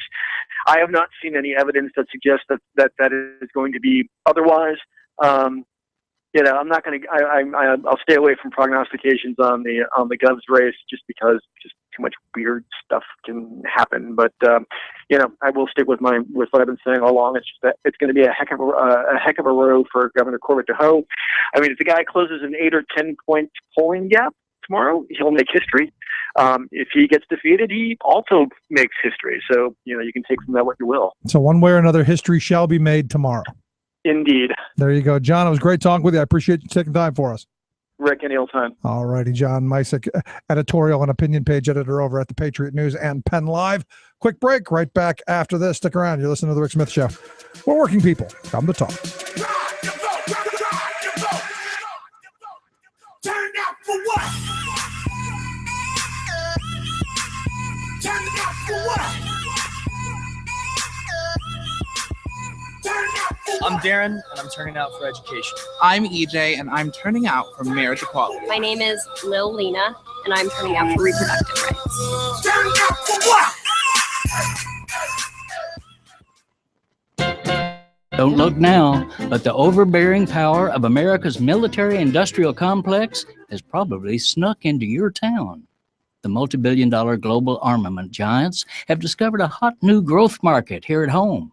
The militarization of police agencies. The people of Ferguson, Missouri learned about the domestic proliferation of battlefield firepower the hard way this summer when their own police department came after them with a Bearcat tank, 2 armored Humvees, stun grenades, M16 rifles, and other weapons of war. It's been widely reported that this push into combat gear and the militant mentality that accompanies it has largely come from a 1990 law authorizing the Pentagon to disperse surplus war equipment around the country. Less known, however, is that our corporate arms peddlers have leapt into direct sales, holding field demonstrations and trade shows to titillate the fancy of police chiefs and other officials. LRAD Corporation, for example, makes the long-range sound cannon that was used in Ferguson, literally blasting away shattering pain.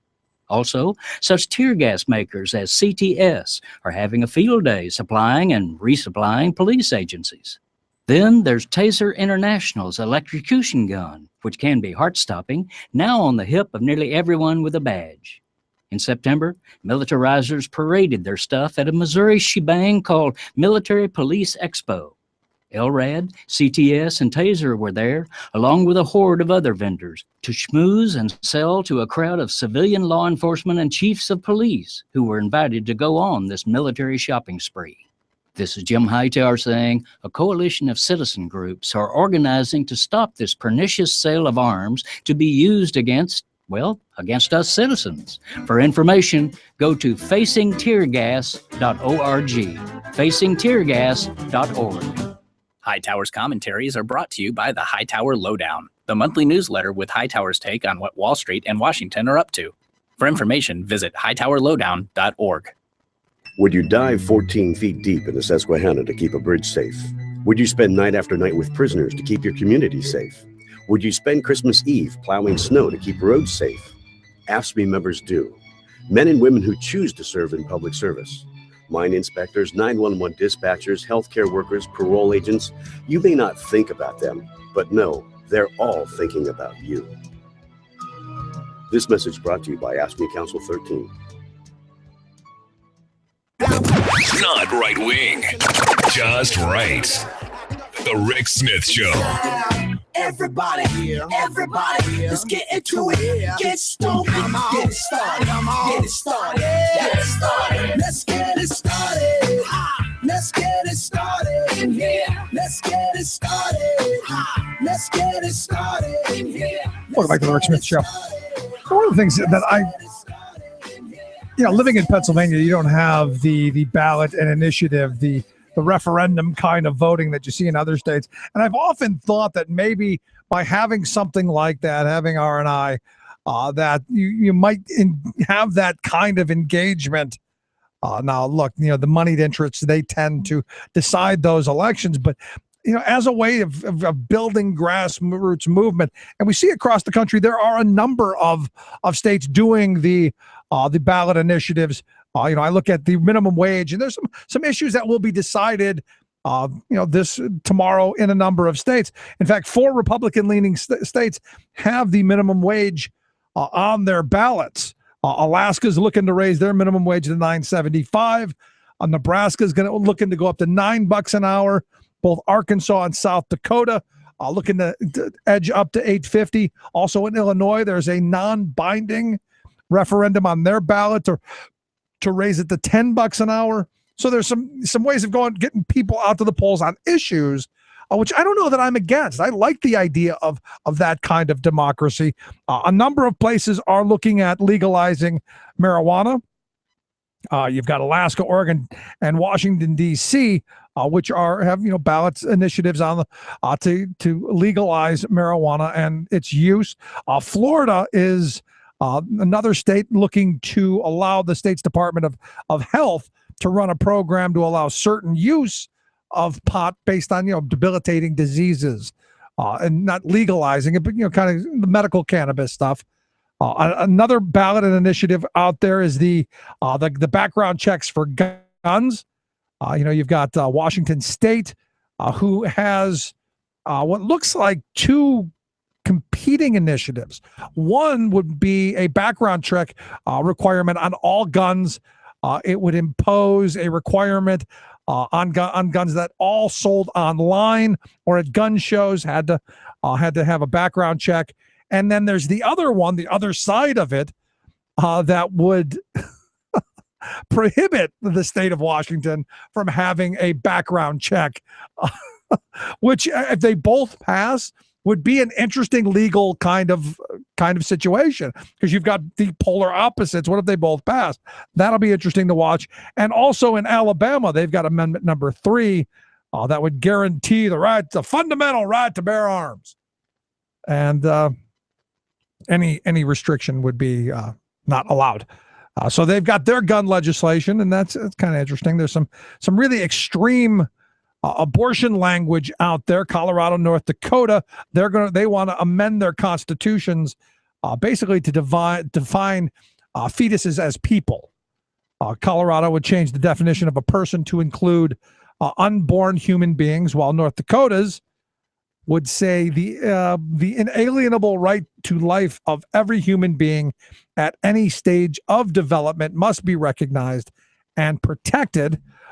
Tennessee has amendment number 1 that would add to their constitution, saying nothing in this constitution secures or protects a right to abortion or requires the funding of an abortion. So they've got theirs.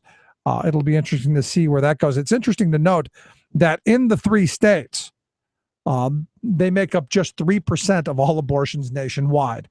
So I don't know that you're going to make a huge dent on it, but maybe you'll give the extremists, a good boost. The state of Massachusetts, they want to enact a deposit law on non-alcoholic and non-carbonated beverages. Evidently, they've been putting it on soda bottles and on beer cans or beer bottles for years. A 5-cent deposit, you bring the stuff back, you get your 5 cents back. And I remember as a kid, they used to be 10 cents. And you used to be able to go around and we collect pop bottles and take them to the store, and you get money off of it.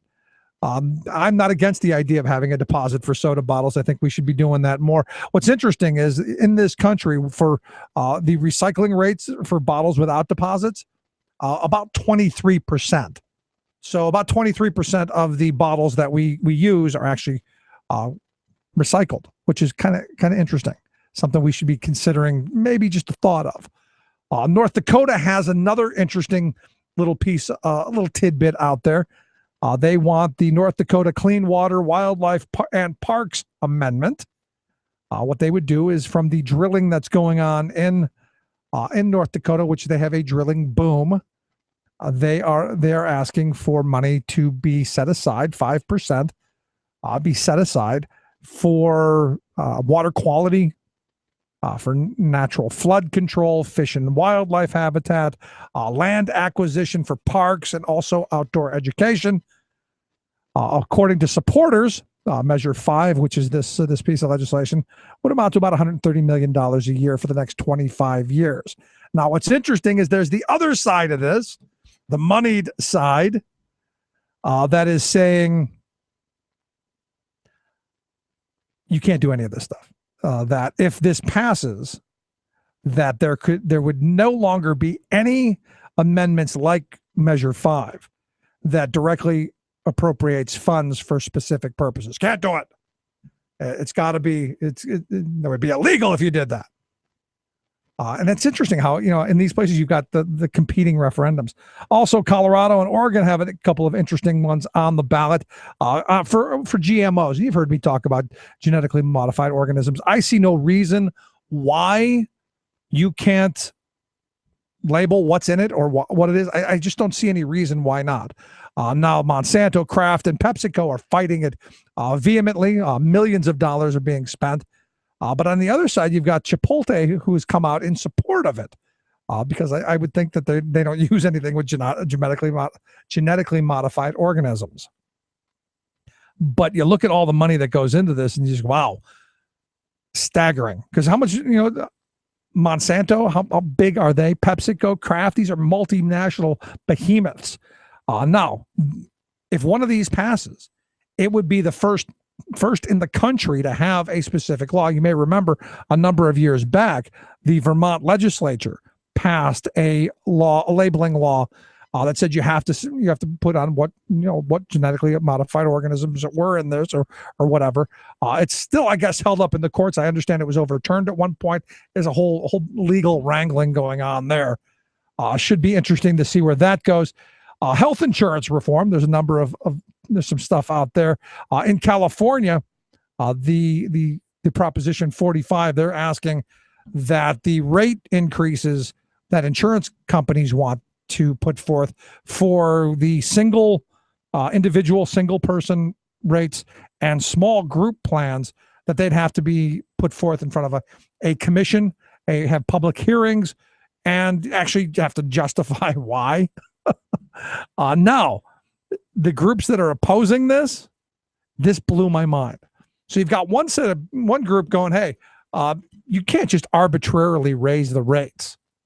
You just can't go, oh, well, tomorrow we're going to raise them 40%, which is basically what we saw with the individual plans, which is why the Republicans can look at Obama and go, see, they didn't get to keep their plans. They didn't get to keep their crappy plans because you made them more expensive. And the insurance company saw a great opportunity to go, hey, we can cash in on this and leave somebody else holding the bag. Well, they've put forth this Proposition 45 in California that says, hey, if you're going to raise your rates, you got to tell us why. You just can't arbitrarily do it. Now, on the other side, you've got the people who are saying, well, we don't want this. We like it the way it is. Thank you very much. And evidently the people opposing Proposition 45 have spent in excess of $56 million citing their displeasure, because after all, speech is money. The people who want to see this happen have only spent about $6 million. So it'll be interesting to see where that goes, because, wow, that's a big difference. Huge difference. Also in California, Proposition 47 is out there, where they want to reclassify a certain number of activities from felonies down to misdemeanors. Certain cases of shoplifting and grand theft, certain cases of forgery and fraud and things like that. The use of mostly personal use of illegal drugs, some of that stuff. Drop it down, make it a fine, make it community service, make it something like that. Keep people out of jail so you keep the costs down. I get it. I don't know what's going to happen with it, but it'll be interesting to see. And I can tell you that the for-profit prison industry probably not all that thrilled with it. But we'll see what happens when people go to the polls. Also, in Illinois, you got in California people wanting to kind of loosen things, keep people out of jail. Illinois, the other side of this. The Illinois Crime Victims Bill of Rights, or Marsy's Law, would protect victims during court proceedings and criminal trials from violations of their rights, including protection from all defendants and notification of all court proceedings. Named for the California's law passed in 2008 following the murder of a college student. The law is supported by the Attorney General there in Illinois. So we'll see where that goes. But lots of this fun stuff to keep an eye on. Look for as the polls come in tomorrow, as the voting returns, because I'll be doing this. I'll be doing some work tomorrow. Tomorrow on the program, I've had a number of people ask me, Rick, how come you don't add more music and you play great songs? Tomorrow, I'm going to try a little bit of an experiment. We're going to do a music program of some of my favorite labor history songs and some of my favorite worker songs. And, we'll have a little fun with that while out knocking on the doors and getting people out to vote and doing that stuff. I'm looking forward to the response. So if you've got any favorite labor songs, any favorite, any music songs that you like, the working class songs, email me, rick@thericksmithshow.com. Quick break, right back.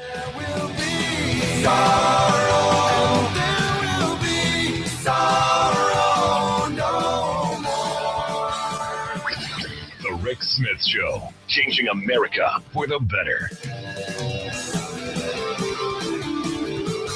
You're listening to The Rick Smith Show. For more information, go to thericksmithshow.com. If you've missed any portion of the program, you can download the podcast at thericksmithshow.com.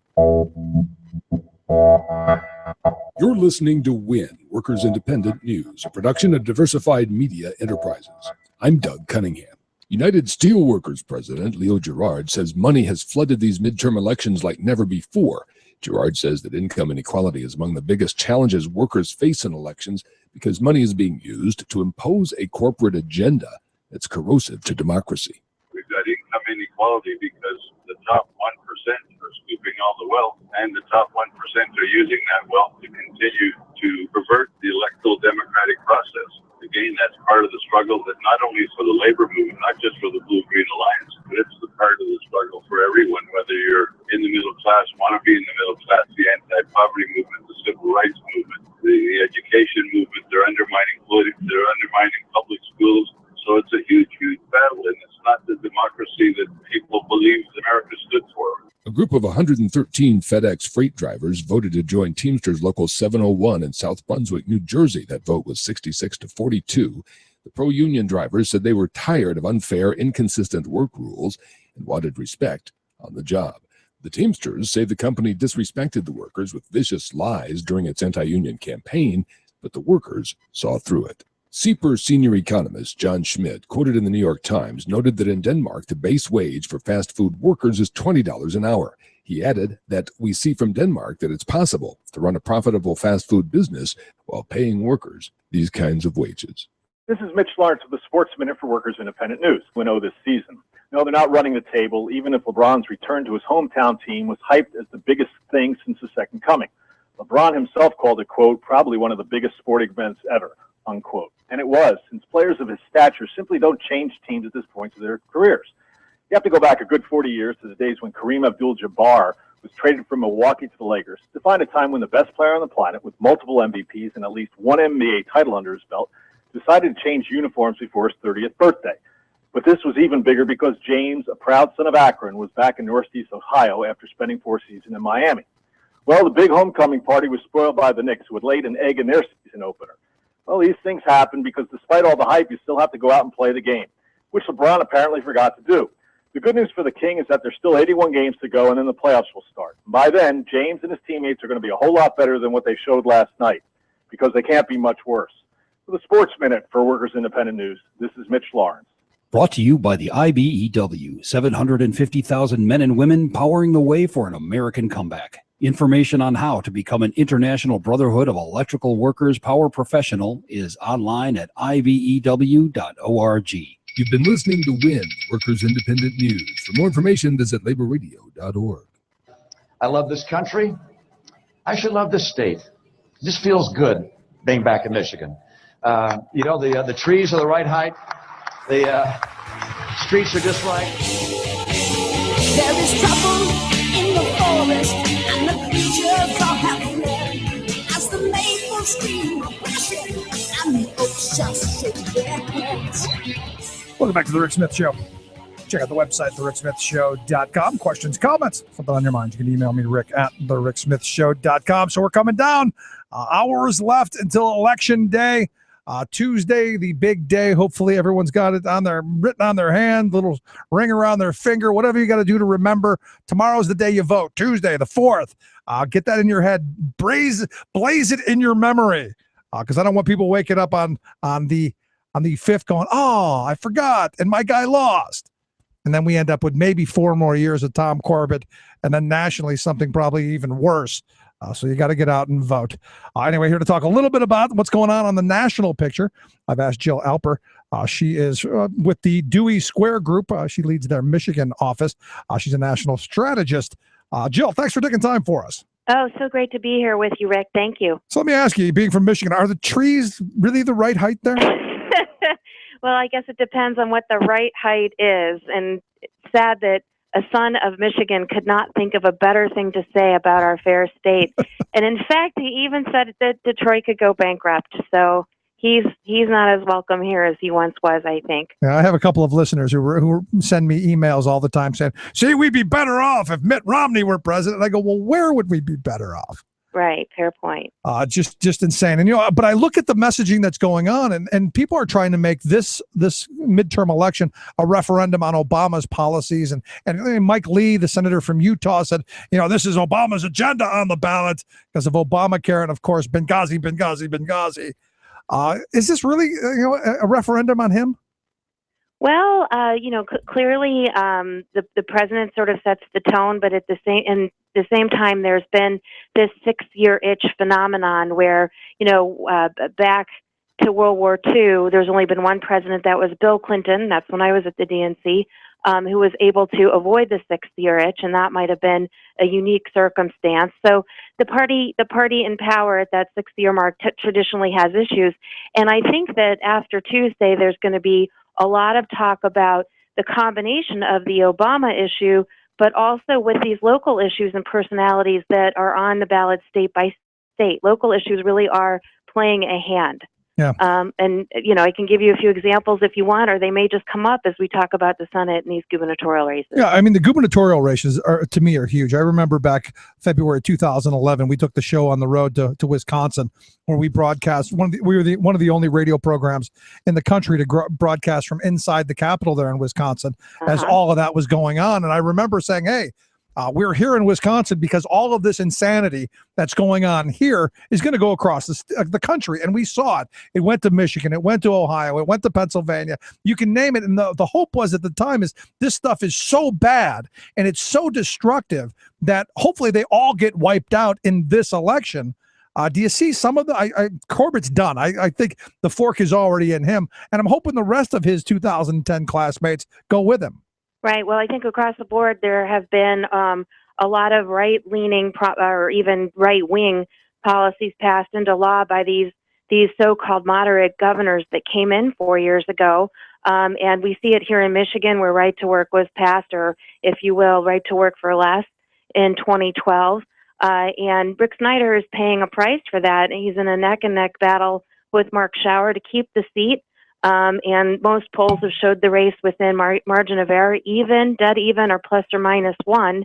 And we see a huge turnout here among the base, really with we're at over 30% of 2010 turnout for Democrats, where the Republicans are low. So not a lot of enthusiasm for Snyder, even though he's embraced their policies. And you mentioned Wisconsin. Mary Burke is also performing pretty strongly within that 2-point margin of error against Scott Walker, and hopefully this time, with folks in Wisconsin will see her common sense, middle of the road, business savvy approach, but that one still wants to invest in people, claim the day.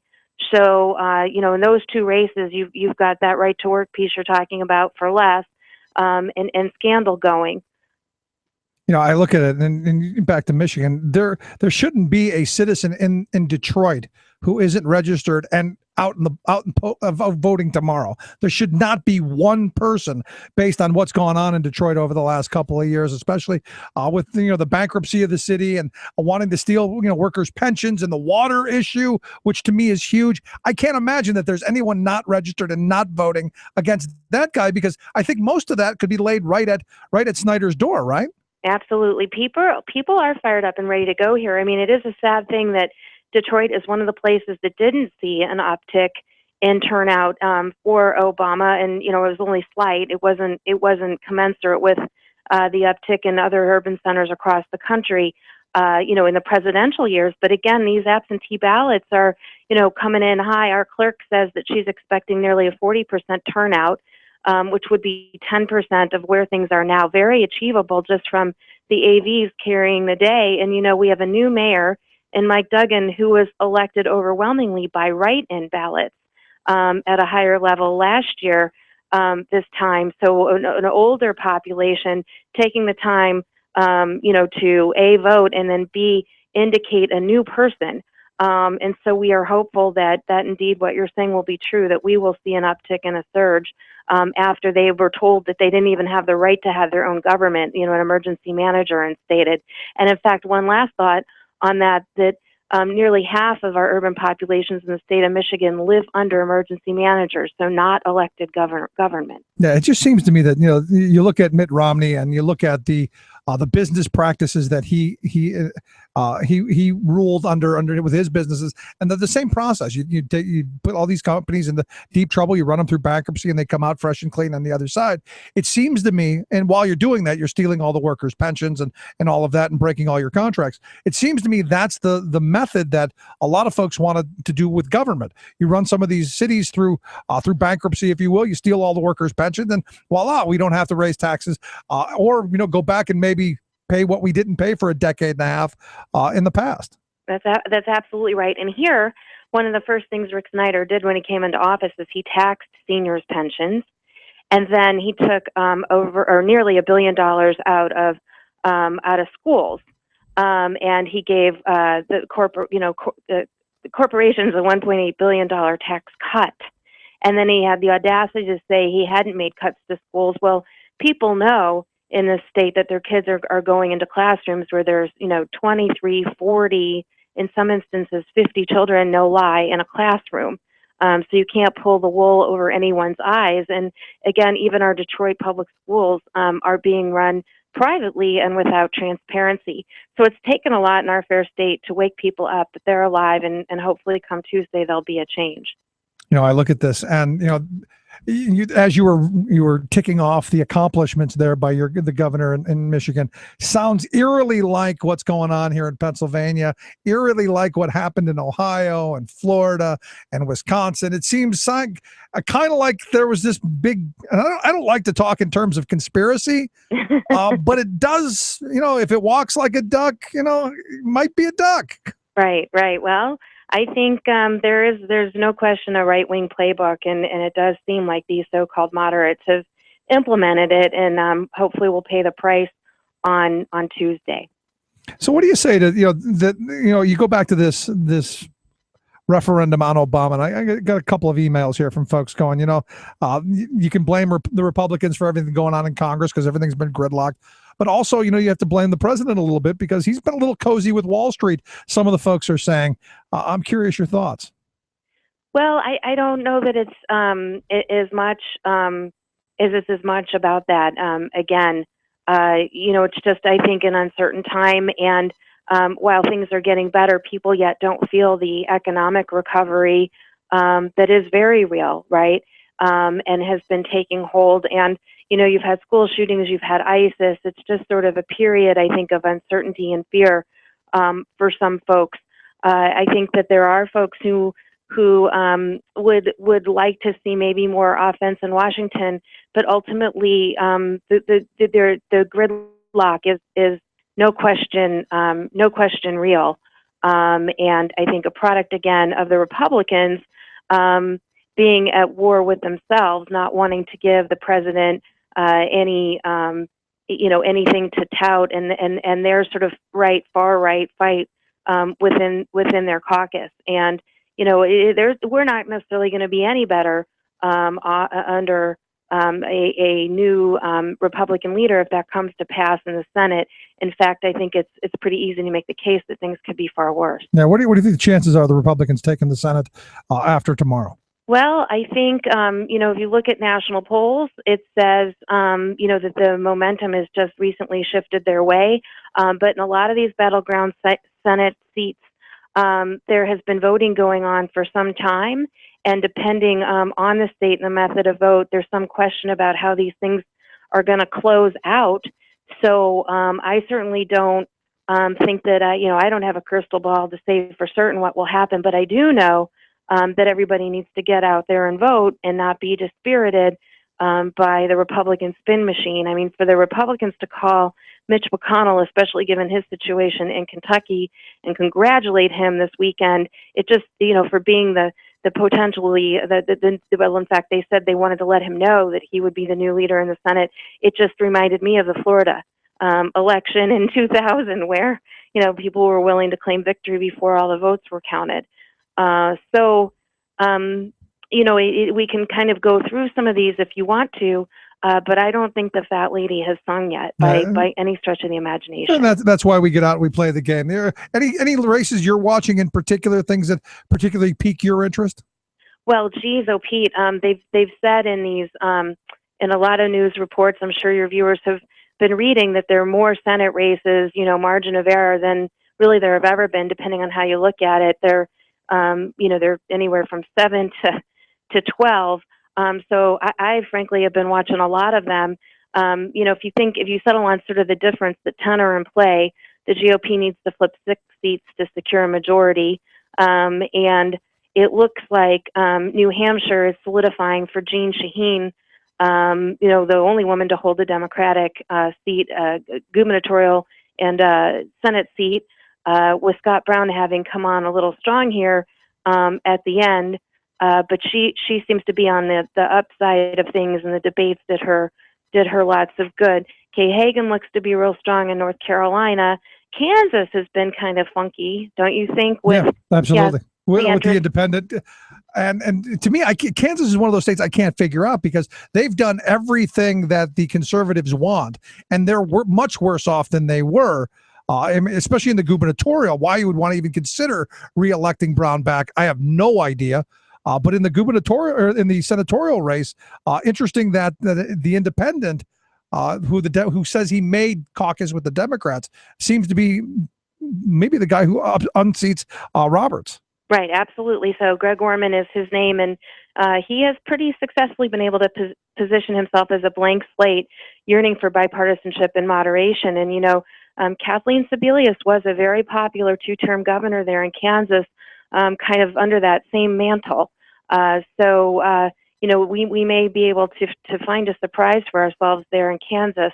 I've also been watching Colorado, as I think most people have been. You've got that battle between Udall and Cory Gardner, both affable, likable politicians with great political skills, hinging really on the issues of contraception, and of course, women's health. Gardner, sort of doing some jujitsu on the personhood issue and looking to take that off the table.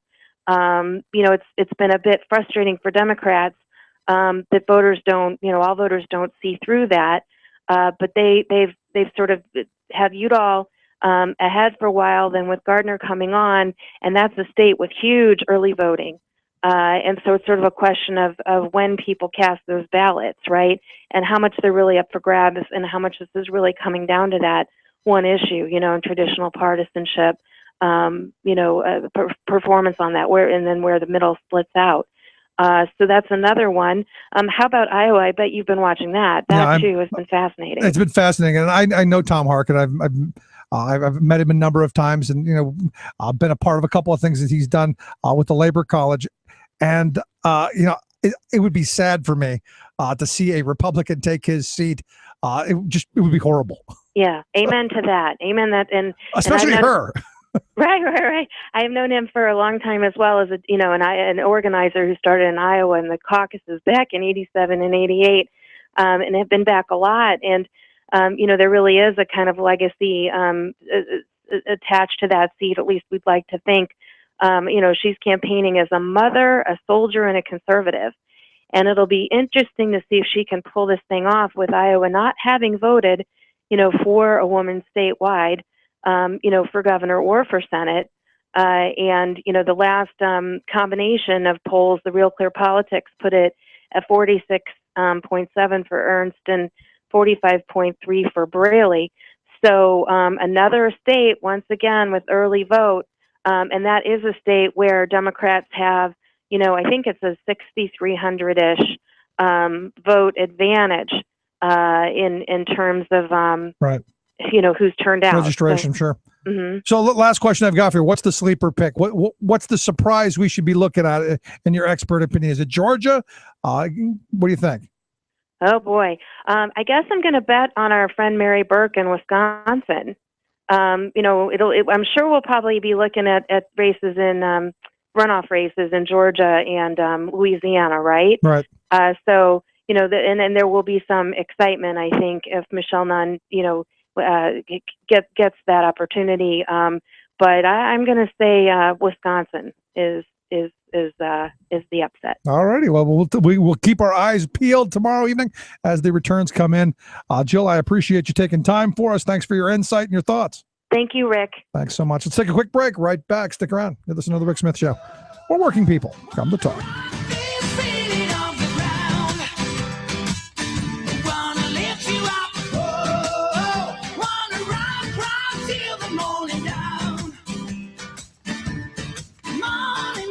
Together, we can make America better. The Rick Smith Show. From Boston, Massachusetts, this is your World in Two. I'm your host, Luke Vargas, with the Talk Radio News Service. After protests erupted Thursday in Ouagadougou, the capital of the West African nation of Burkina Faso, the country's longstanding president, Blaise Compaoré, announced today that he will step down. Demonstrators poured into the streets yesterday to protest Compaoré's move to abolish term limits, clearing the way for him to seek office again next year. Today, the country's top general took control, and new elections are to be scheduled within the next 90 days. Hungarian Prime Minister Viktor Orban has scrapped plans to tax internet usage in the country. News of the proposed tax bill drew thousands into the streets this week. But the issue isn't totally gone, as Orban said he would begin negotiations next year about how to regulate internet commerce in some form. In 2 days, ahead of the International Day to End Impunity for Crimes Against Journalists, a visit yesterday to the front lines of the conflict in eastern Ukraine by a top Russian actor has highlighted one potential reason why the press are at risk: non-journalists posing as journalists. Action star Mikhail Porochenkov was filmed visiting Russian-backed rebels in Donetsk on Thursday, where they're involved in a standoff at the city's international airport. Porochenkov is seen wearing a bulletproof vest and helmet that say press, but his conduct was far from that of a reporter, as he manned a machine gun and fired a number of rounds. The actor told Russian state media today that the scene was staged, that the gun he was firing was full of blanks, but Ukrainian authorities aren't satisfied. According to a statement by the Ukrainian Security Service, Porochenkov is now wanted for participation in terrorist acts, as well as for illegally entering into occupied Ukrainian territory. For more global news headlines, visit talkradionews.com. Making the blue blood see red. The Rick Smith Show. Welcome to the new dark ages. Yeah, I hope you're living right. These are the new dark ages. And the world might end tonight. Well, better not end tonight, because people got to get up and vote tomorrow. You got to get out and cast that ballot tomorrow. Too many people out there working too hard to represent us, knocking on doors, making phone calls, doing all that stuff, which is, really the fun part of this, that community building part of it, which I think is so important. And I think it's great that people are willing to put their name on the ballot and get out there and push, which is why I've asked our good friend Jake Long, who's running in the 102nd House District here in Pennsylvania. Jake, thanks for taking time for us. Thanks, Rick. I got to warn you, if you hear a big loud thump, it's because I'm like 7 or 8 miles from the Indian Time Gap, and they're having artillery duels today with the 105s, and you can literally feel the thump, when they do their practicing. So if you hear a loud thump, you'll know what's going on. All right, no, it won't be the Republicans trying to take you out. Is that what you're telling us? Metaphorically, they are and have been. They've been sending all kinds of negative ads up against me. But no, this is for real. This is the U.S. Army. The Indian Time Gap has I believe it's the only artillery range in the state. And they have units coming from all over the eastern seaboard. Well, we'll take that into heart. But let's talk about your campaign. You're coming down to the final hours here. It's no longer days. We're down to the final hours. What are you seeing? What are you hearing? What's going on? Well, I truly believe, Rick, it's going to be close. I think I very much got a legitimate shot. I think it's going to depend on GOTV. We've got a good campaign. We've got a large amount of volunteers. I've got a lot of labor support. We're doing this whole week. It's planned towards Election Day. In fact, when I'm done here with this telephone call, I'm going to go down back to headquarters in Lebanon, and we're going to be working probably fairly long hours into the night with final preparations. There's a lot of work to do, but I think we got a real shot here, Rick, and I'm encouraged. Yeah, I wish you nothing but the best. But at the end of the day, it comes down to the vision, where we go tomorrow. Most people I've talked to, Jake, are not happy with what's going on in our state government and really calling for some big changes. Oh, my, in so many ways, Rick. I mean, we've talked about this before, but I don't know if I told you this, that the second most talked about issue that I run into is disillusion with government, and certainly some of that comes from the gridlock they have in Washington, but it's also from what's happening in Harrisburg. And people are just, they're disappointed, they're angry. The priorities right now of our state and this administration, we're just going the wrong way. We're not funding education. We're squeezing local taxpayers. We're pushing seniors out of their homes. I mean, we're not repairing our roads and bridges. I mean, even something as simple, this should have been a home run for this governor. He can't even support medical cannabis, which would save the lives of brave soldiers.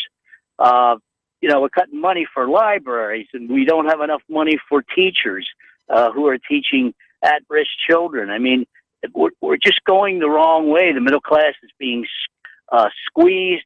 Hardworking people are just disillusioned with the system. Their bills are going up, and they're angry. And they don't see their government helping them at all. Well, isn't that a perfect time to take that anger out on Election Day and vote the bums out?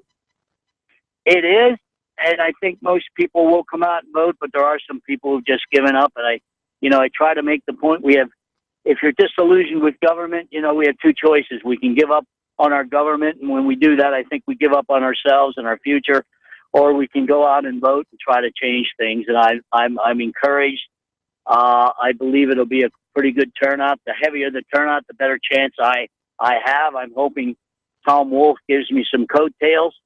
If he does and I'm elected, I can certainly go to Harrisburg and help him with his agenda.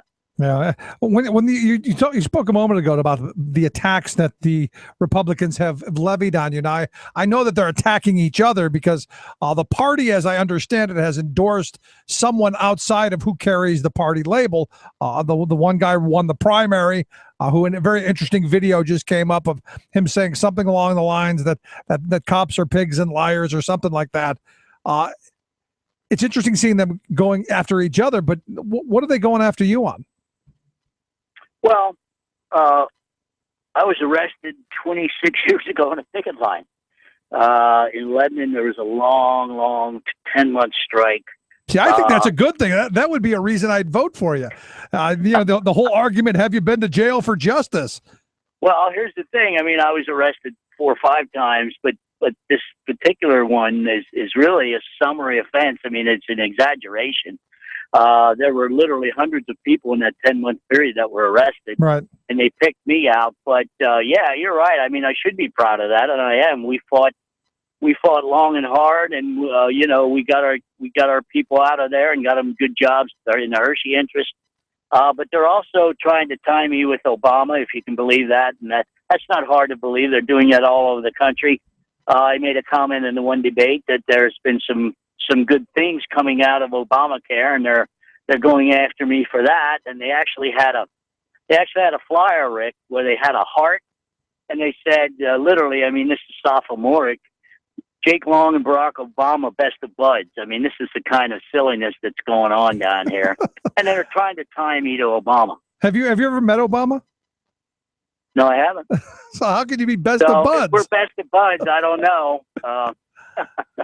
Wow. Maybe the Republican Party knows more than I do, Rick. Hey, when you've got nothing else, when you have nothing else, where's the issues that you differ on?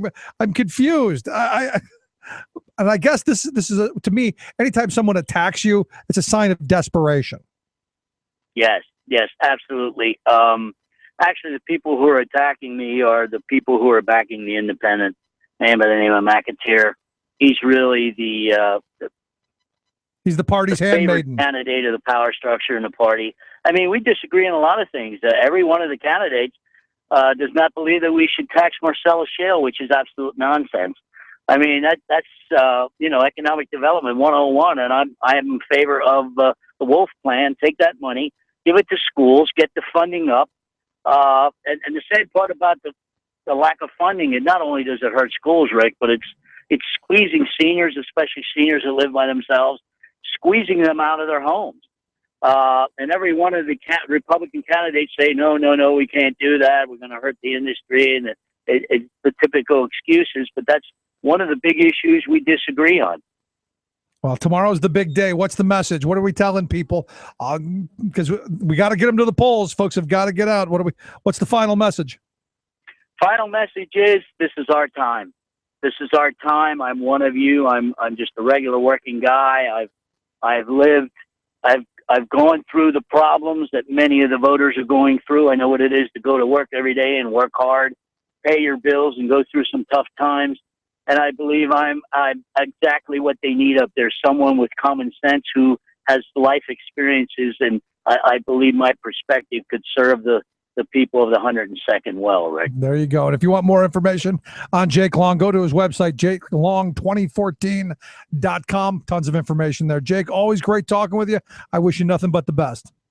Thanks, Rick. Thanks for all your help. Yep. Let's take a quick break. Right back. Stick around. You're listening to The Rick Smith Show where working people come to talk.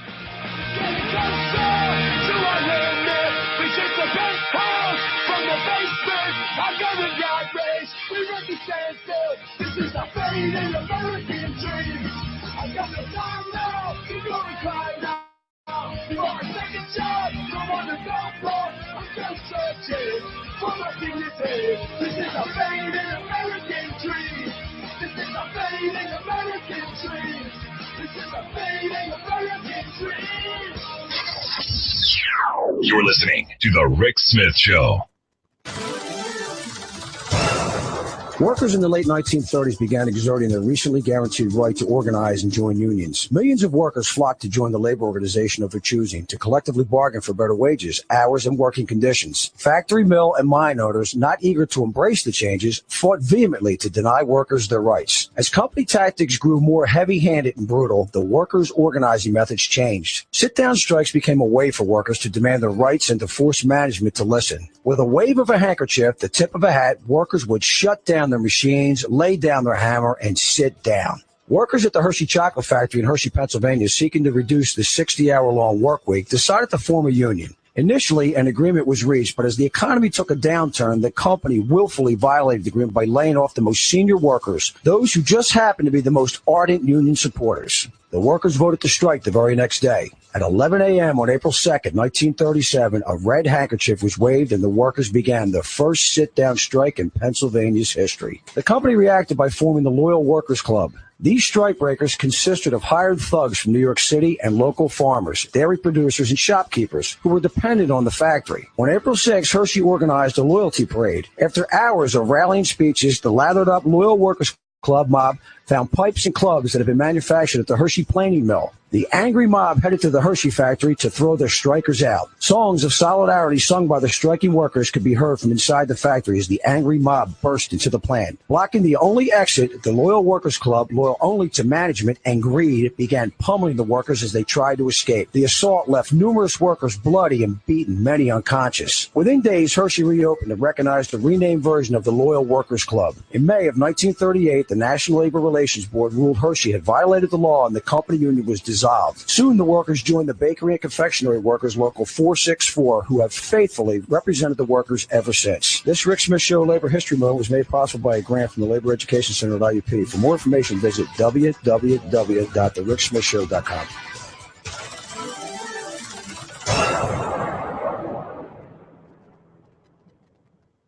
The most important issues of the day. This is The Rick Smith Show.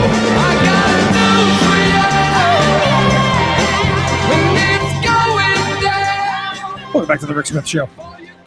Check out the website, thericksmithshow.com. Questions, comments, something on your mind, you can email me, Rick, at thericksmithshow.com. One of my favorite quotes coming out of this election cycle came because the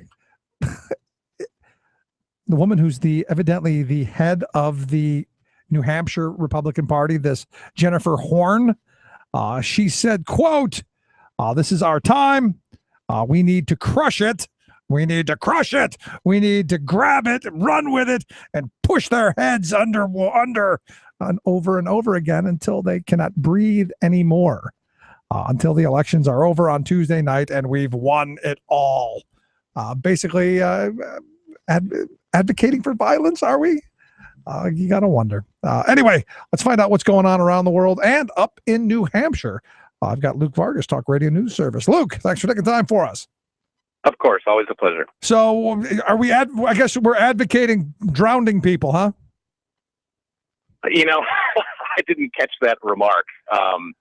But I've got to say, at this point, Republicans look really comfortable up here in New Hampshire. At least they're talking like things are about to swing their way, which is a great deal different from where they were, a week ago or a month ago, where a number of the races up here look to be going decidedly Democratic. So, maybe they see the opening here to start using the big words if it means getting those last few voters out. Yeah, I saw also the former governor, John Sununu, out there, saying Barack Obama screwed America. Yeah, I mean, look, I saw that Sununu notice that he was going to be out on the campaign trail for Scott Brown today. it's been sort of interesting to gauge who in these races in the Northeast, and I'll pull back from New Hampshire in a minute, who's getting the big guest speakers as we come down to the line here. Yesterday, I wasn't able to attend, actually, because I went to the Patriots game instead, which I'm actually quite happy about. Now I'm going to hang up on you. Now I got to hang up on you. Had to rub it in, didn't you? Had to rub it in. Sorry about that. But I did not go and see Hillary Clinton on behalf of Jeanne Shaheen, but that is by far the biggest name that the Democrats have had up here. In fact, over the last few weeks, I've been surprised that there haven't been more people coming here for Jeanne Shaheen, though I suppose they think the single best person to speak on her behalf would be Hillary Clinton. Just today, I was with Scott Brown and the sort of Republican delegation that's running on the ticket here for various offices.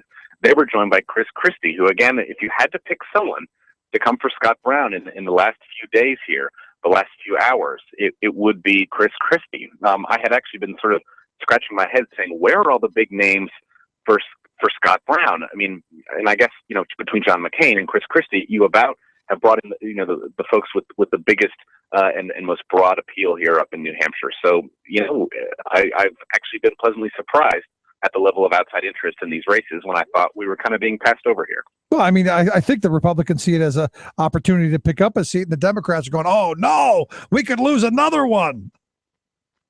Yeah, I mean, the polls here in that Shaheen-Scott Brown race are a lot closer than they were last week. I mean, it looked like it was almost going to be, a runaway victory for Shaheen, and I would still put my money on her walking away with the victory here, but the latest University of New Hampshire poll, which came out Monday, said basically this is neck and neck. It's not just within the margin of error in favor of Shaheen. It is a dead heat. So we'll see. The latest indications are from the Secretary of State up here that election may be at record levels.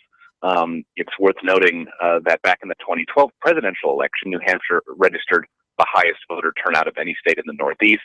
That looks to probably happen again here. So that old adage that New Hampshire voters are, more engaged in the process than others may be true here. You're going to have higher voter turnout. Apparently, record numbers of absentee ballots have already been recorded, and that would, seem to indicate that a number of people are going to be coming to the polls tomorrow. Yeah, I know. When I went up there for the primary, I was there a couple of days before, and just the engagement and all the little community parties and stuff. I was surprised and pleasantly so, thinking that wouldn't it be nice if we did this kind of stuff everywhere?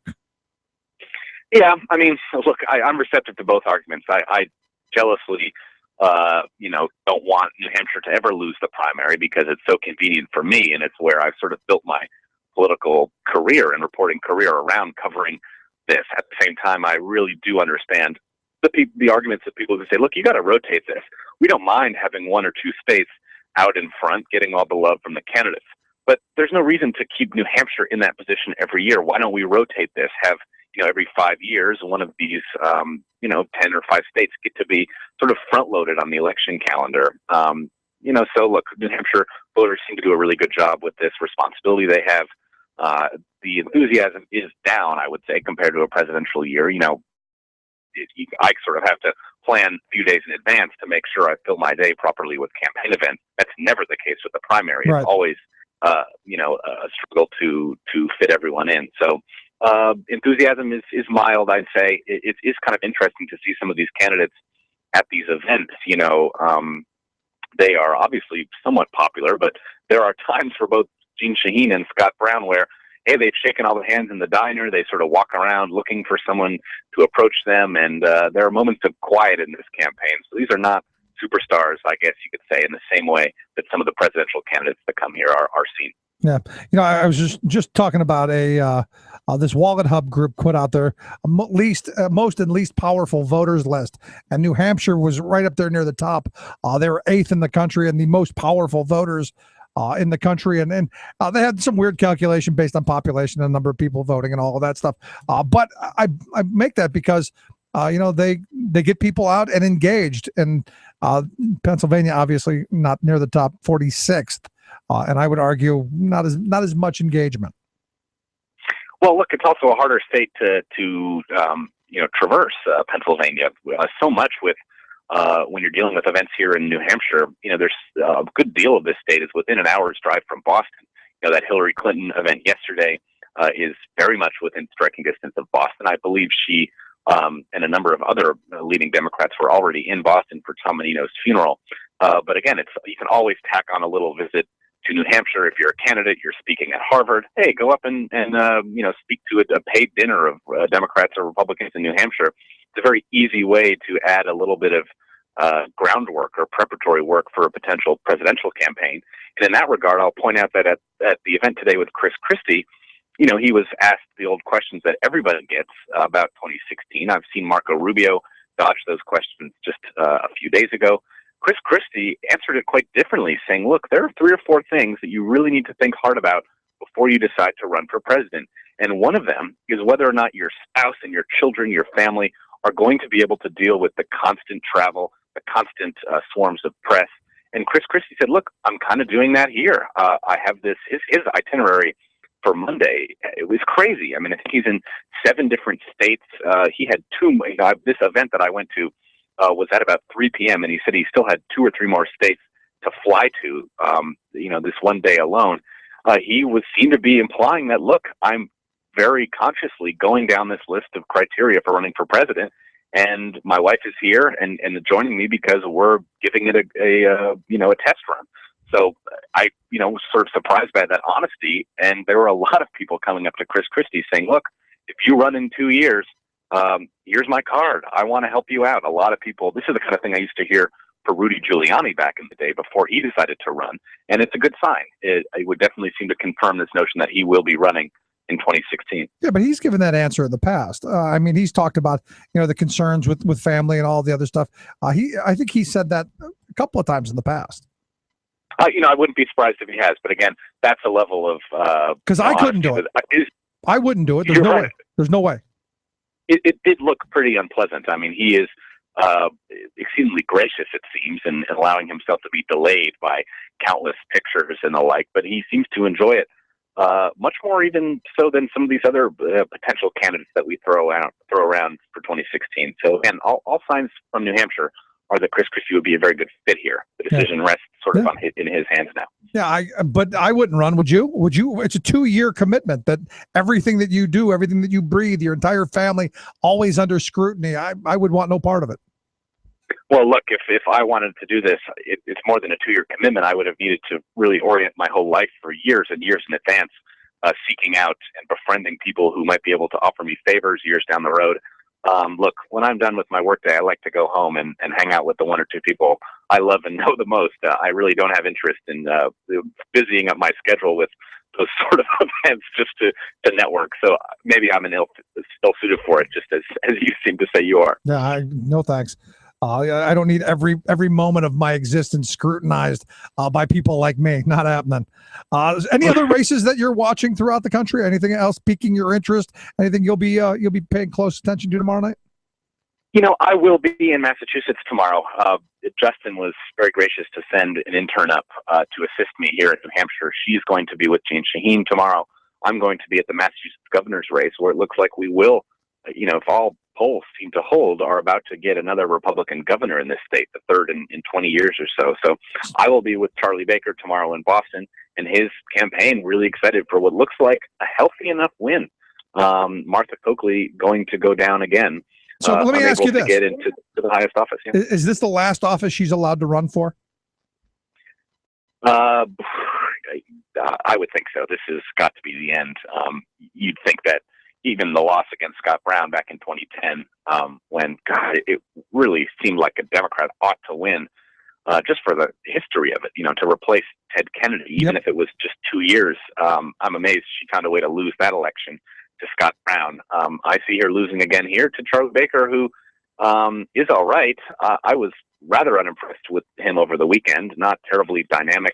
He's very tall, so I guess he projects a little power, and he's decently articulate. But this is, I'd say he's, as far as professional politicians go, a step below Scott Brown, and that's not saying a whole lot. So Martha Coakley finding ways to lose, and I expect her to be sort of on the losing side of things tomorrow, unless there's a big upset. Wow, that's not a good thing there.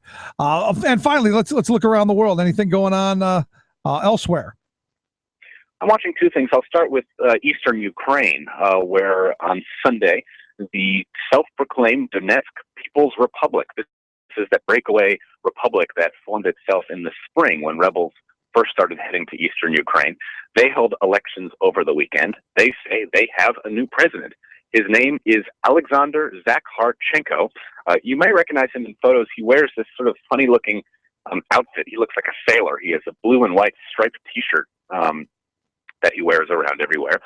He is, I guess, now the head of state of this territory. It's certainly not recognized as a country quite yet, but we are hearing that Russia tomorrow, in a big speech in Red Square to mark a national holiday, Vladimir Putin may recognize the results of that vote.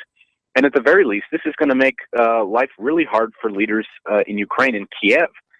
There are bound to be more territorial disputes, perhaps military engagements with this rebel faction in the east.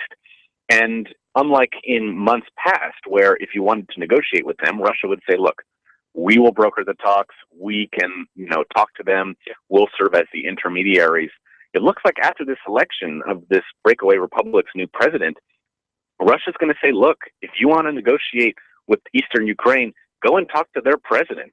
Don't go through us. And, of course, Kiev isn't going to want to do that precisely because it's going to legitimize this election that they say is a fraud. But they may have no other choice. Just today, this self-proclaimed president, well, I guess he's not really self-proclaimed anymore. He is proclaimed by 79% of voters in this region, though turnout was reportedly rather low. He's already saying that more of the territory of, that's currently held by Ukraine is actually part of the Donetsk People's Republic. He's making territorial claims on cities, most importantly, a city called Mariupol, which is on sort of the southern part of Ukraine, that would, and if it were to be captured, it would constitute sort of a land bridge between eastern Ukraine and Russian-held Crimea. He seems to have designs on more territory, and Ukraine is going to be bound to talk to someone. Unfortunately, it may be this leader that they really want to, more than anything, to try to ignore.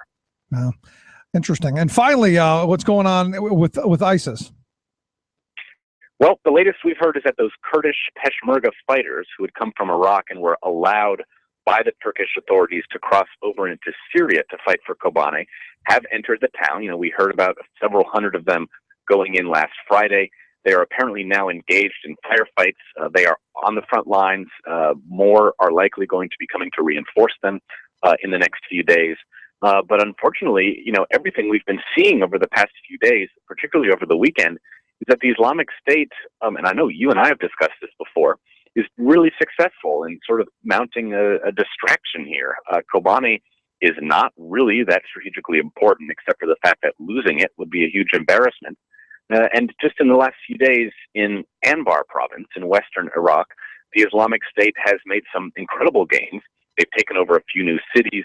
In a very sad incident, about 300 citizens decided to rise up in opposition. They weren't just going to let their city change hands so easily. They were stopped. They were all executed in a very public ceremony. There are reports of about 40 more executions today, which brings that death toll, close to 350. And again, they're pushing closer and closer to Baghdad, which, threatens the airport there.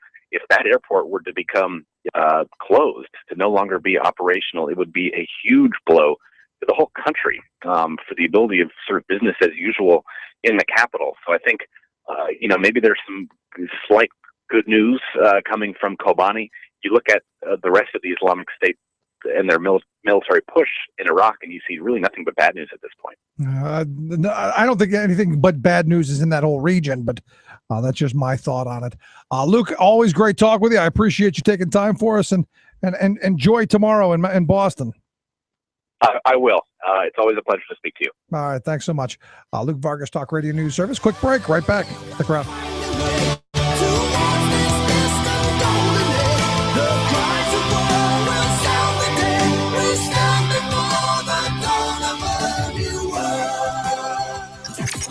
Radio of, for, and by we the working people. The Rick Smith Show. Don't look now, but the overbearing power of America's military-industrial complex has probably snuck into your town. The multi-billion-dollar global armament giants have discovered a hot new growth market here at home: the militarization of police agencies.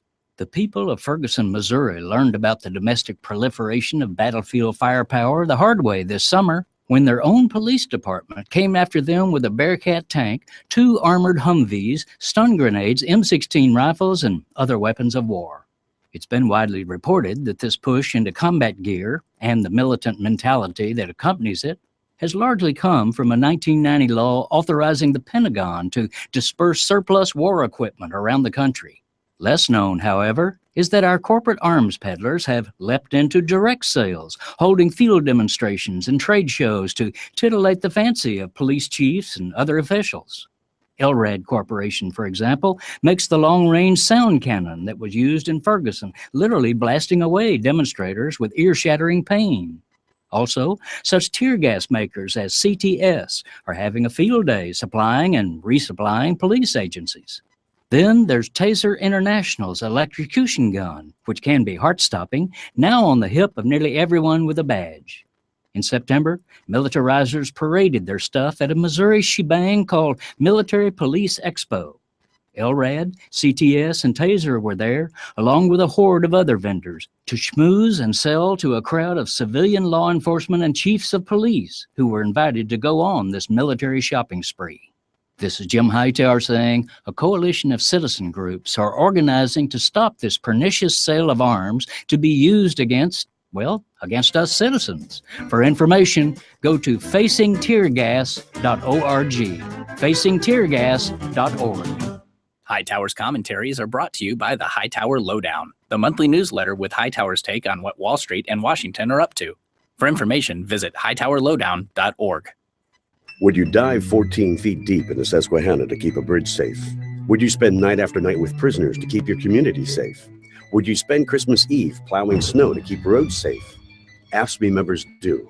Men and women who choose to serve in public service. Mine inspectors, 911 dispatchers, healthcare workers, parole agents. You may not think about them, but no, they're all thinking about you. This message brought to you by AFSCME Council 13. Fuzzy math. It's fuzzy math. Fuzzy math. I'm practicing fuzzy math. So a lot of times we need to fudge the numbers and not tell the truth. For diplomacy to be effective, lies must be credible. We have set aside $1 million. So if you divide, quick in your heads, $1 million by 1350, we're talking about something like 85,000 photo IDs. We're ready to issue. I came to this office to serve corporate America. We must pass problems on to others. Now is the time to give corporations the people's money. And President George W. Bush will damn the consequences. All Yeah. I care about is money. Yeah, more money. More money. Carol Ickley, the head of the Department of Secretary of State here in Pennsylvania, saying, we got $1 million we put aside to get photo IDs for people. And let's see, we divide by this. They didn't do it. They didn't even come close. In fact, that was one of the things the judge said. You didn't even come close. It wasn't even close to getting people the IDs that they need. And, to kind of go back, I got a couple more emails from folks. Casey sent an email and John sent an email, both going, hey, if you're not against the idea for IDs, then why not be for photo IDs? And I go, look, I've explained this. I think I want to know who's voting. I just don't think that the narrowly prescribed voter IDs being photo IDs of certain issue, I just don't think that that's right. If you're going to have that, be that a long-term strategy. Say, okay, from this point forward, anybody registering today forward has to be able to do these things. But to say, well, retroactively, everyone now has to go re-register, and now you have to show ID and do all of these other things that you didn't have to before. I have a problem with that. Now, as I've said, I don't think there should be as many roadblocks between people and their ballot box. I just don't think there should be. And how I registered to vote and how the vast majority of people who are voting today registered to vote is you had a electric bill or whatever, something that said, hey, there's your name on it, it's an address on it, that's who you are.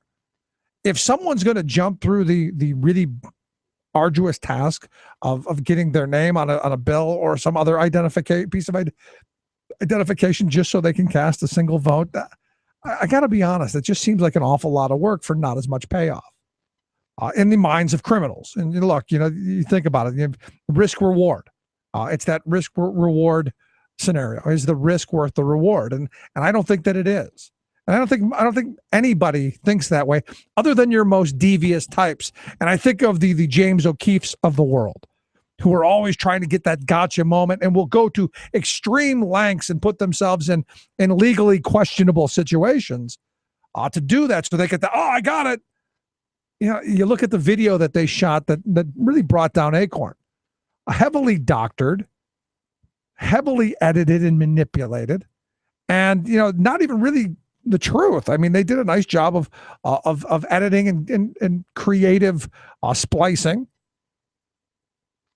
But at the end of the day, what did they actually accomplish? Well, they brought down an organization that helped poor people vote. And that was the goal. Mission accomplished. So if tomorrow, and again, I go back to this, tomorrow is a huge day in our country. It's the day where we go and we participate in who is going to be in charge of our government. The body that does what we need done, that we cannot individually do, that we decide to do things collectively. Tomorrow's a big day. And, in some of the conversations we've had today, there is that enthusiasm gap. And I'm of the mindset that we should be excited about participating in our democracy, in our government, in our self-rule. And what's interesting to me is I'm often surprised that the people who point the finger and say, government's dysfunctional, they often vote for the people who are dysfunctional and have very narrow views of how things should be done. And as one of my big concerns, I'm hoping Tom Wolf wins tomorrow. When you see that, if he walks away with this, and you end up in a situation where you have both houses of the House and the Senate controlled by Republicans and crazy ones, I fear nothing gets done out of the same kind of stalemate we've had, unless we're active and engaged, and those people who are gridlocking things, who are throwing the wrench into the gears, that they fear that their heads could end up on those platters, that they could end up, the ones ousted next term or at some point. And I'm hoping that tomorrow is that day for some of them. I looked at the 28th senatorial district. He's only going to get worse. The senator in that district will only be more emboldened and get worse and take more pride in gridlock and delay and obstruction, which is why tomorrow is so important. Anyway, tomorrow I'll be out doing some events and some door knocking and talking to people. We're going to try something a little different tomorrow. I want to. I've had a number of people say, "Hey, we love the music you do. Well, why don't you play more music?" Tomorrow we're gonna try out a music formatted program. I'm just gonna play some of my favorite songs, talk about why I like them, why they're important. And I'd be interested what your favorite working class songs are. You can email me, rick@thericksmithshow.com, and I'd love to hear your thoughts. Have a great night. And remember, get out to vote tomorrow. You've been listening to The Rick Smith Show. Together, we can make America better. Email rick@thericksmithshow.com or interact with us anytime at thericksmithshow.com. Until next time, this has been The Rick Smith Show, where working people come to talk. Its color like time flood beneath the lunar sway, imperial, serious,